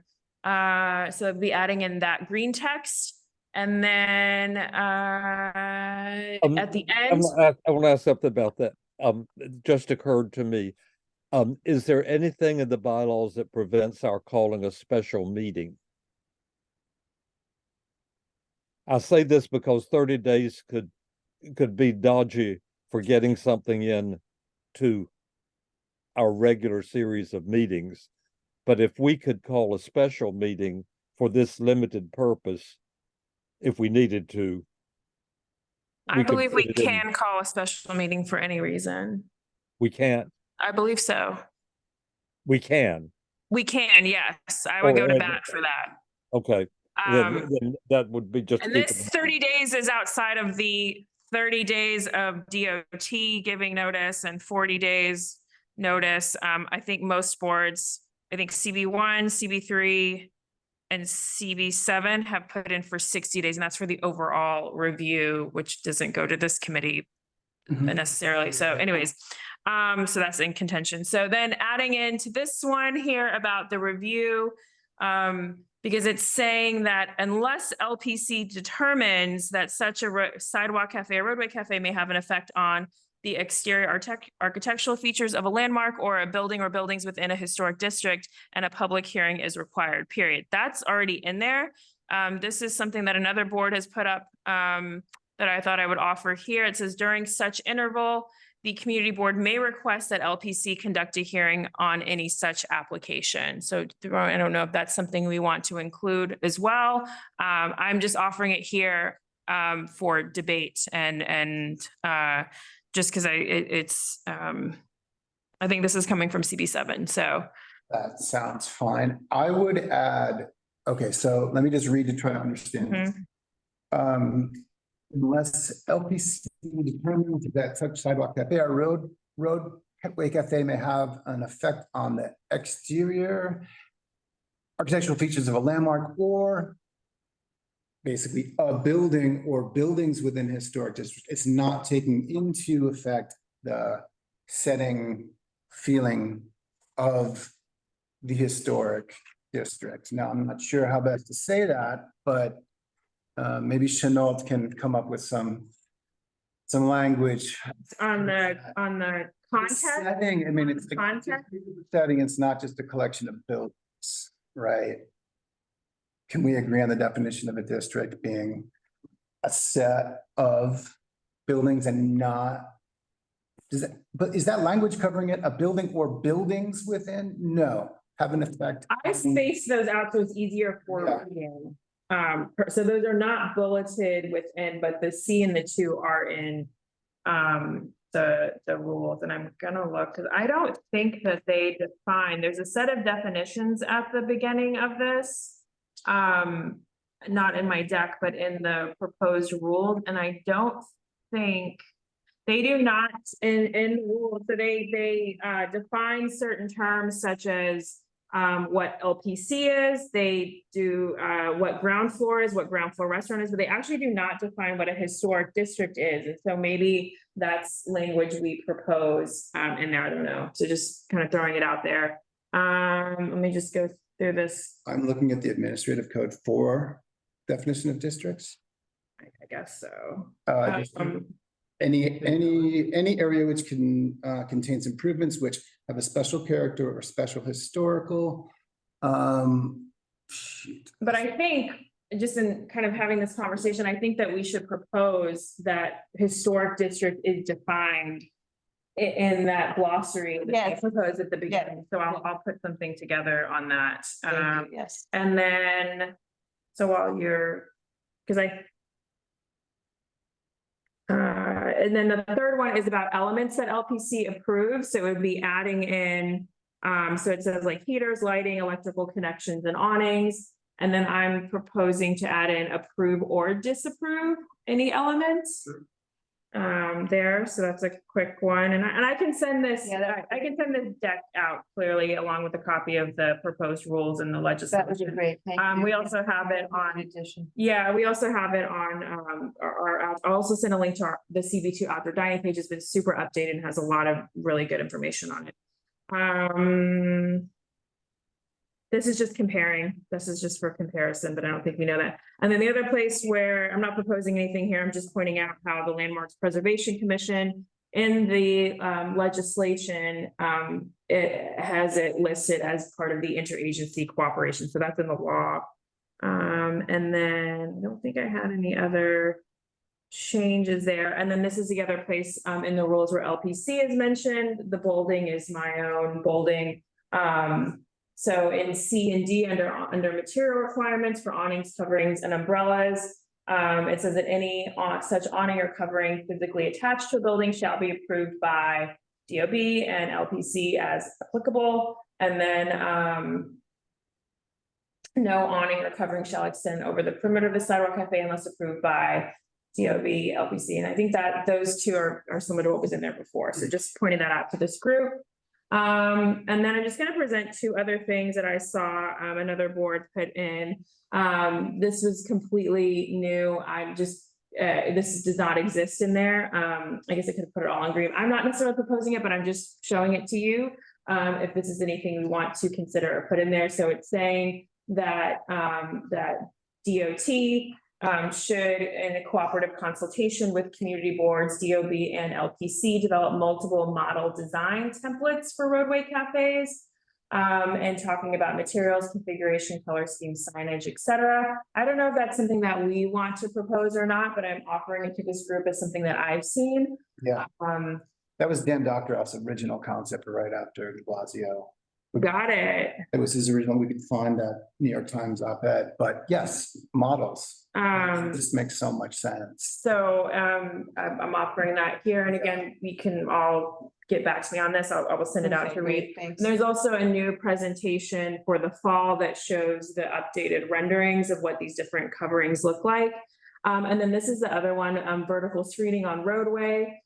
This is another, the green text I just highlighted here. The black text exists already in there, and this is for roadway cafes. And this is another board has proposed this, talking about these lattice panels that are facing the roadway, that they have at least 50% transparency.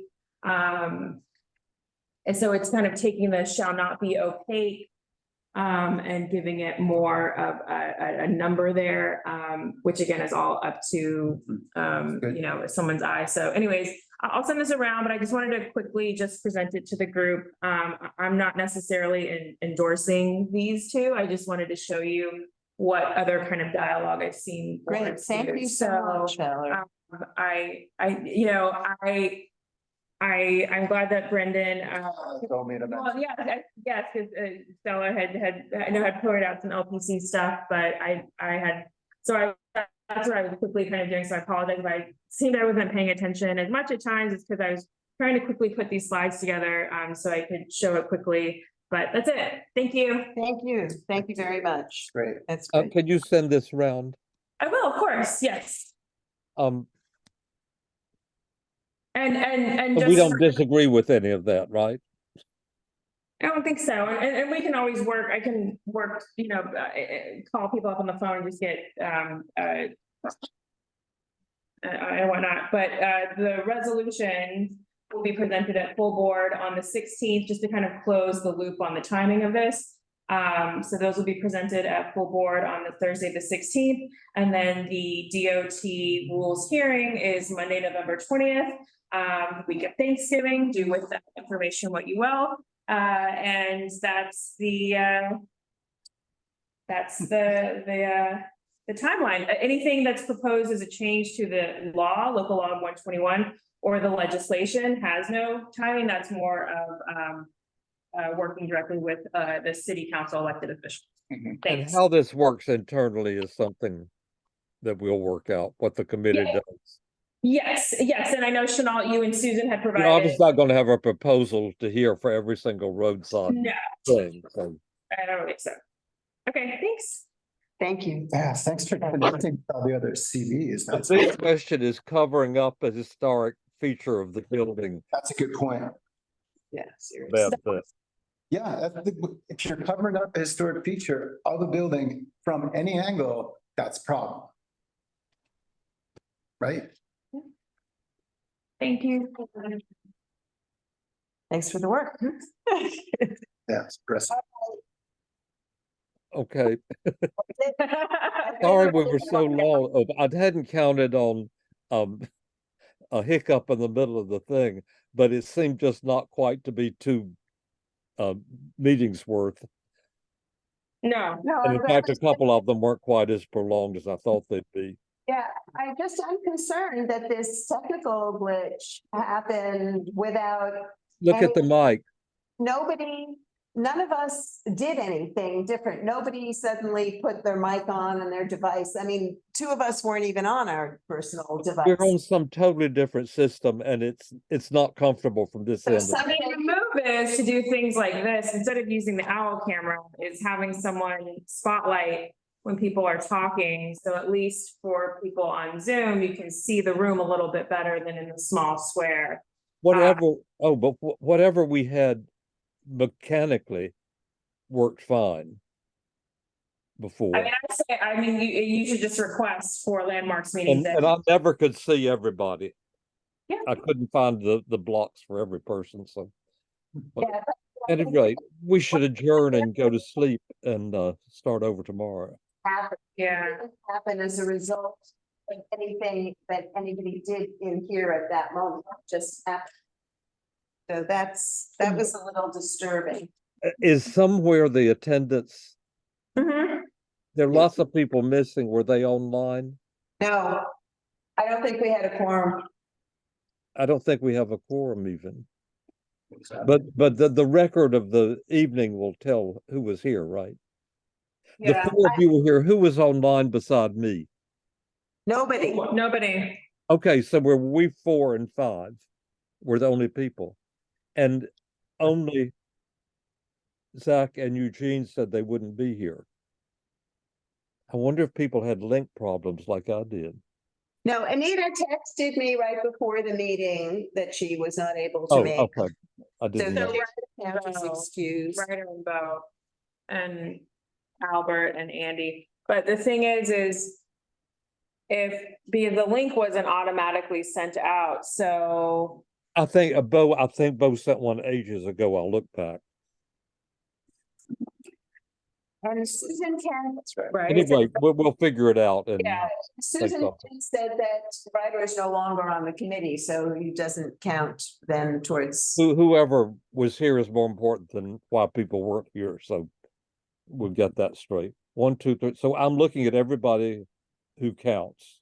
1, 2, 3, 4, 5. Okay. Yep. Good job, Chanel. Thank you. So I'm the host. So I dreaded it more than it was just because of length. Mm-hmm.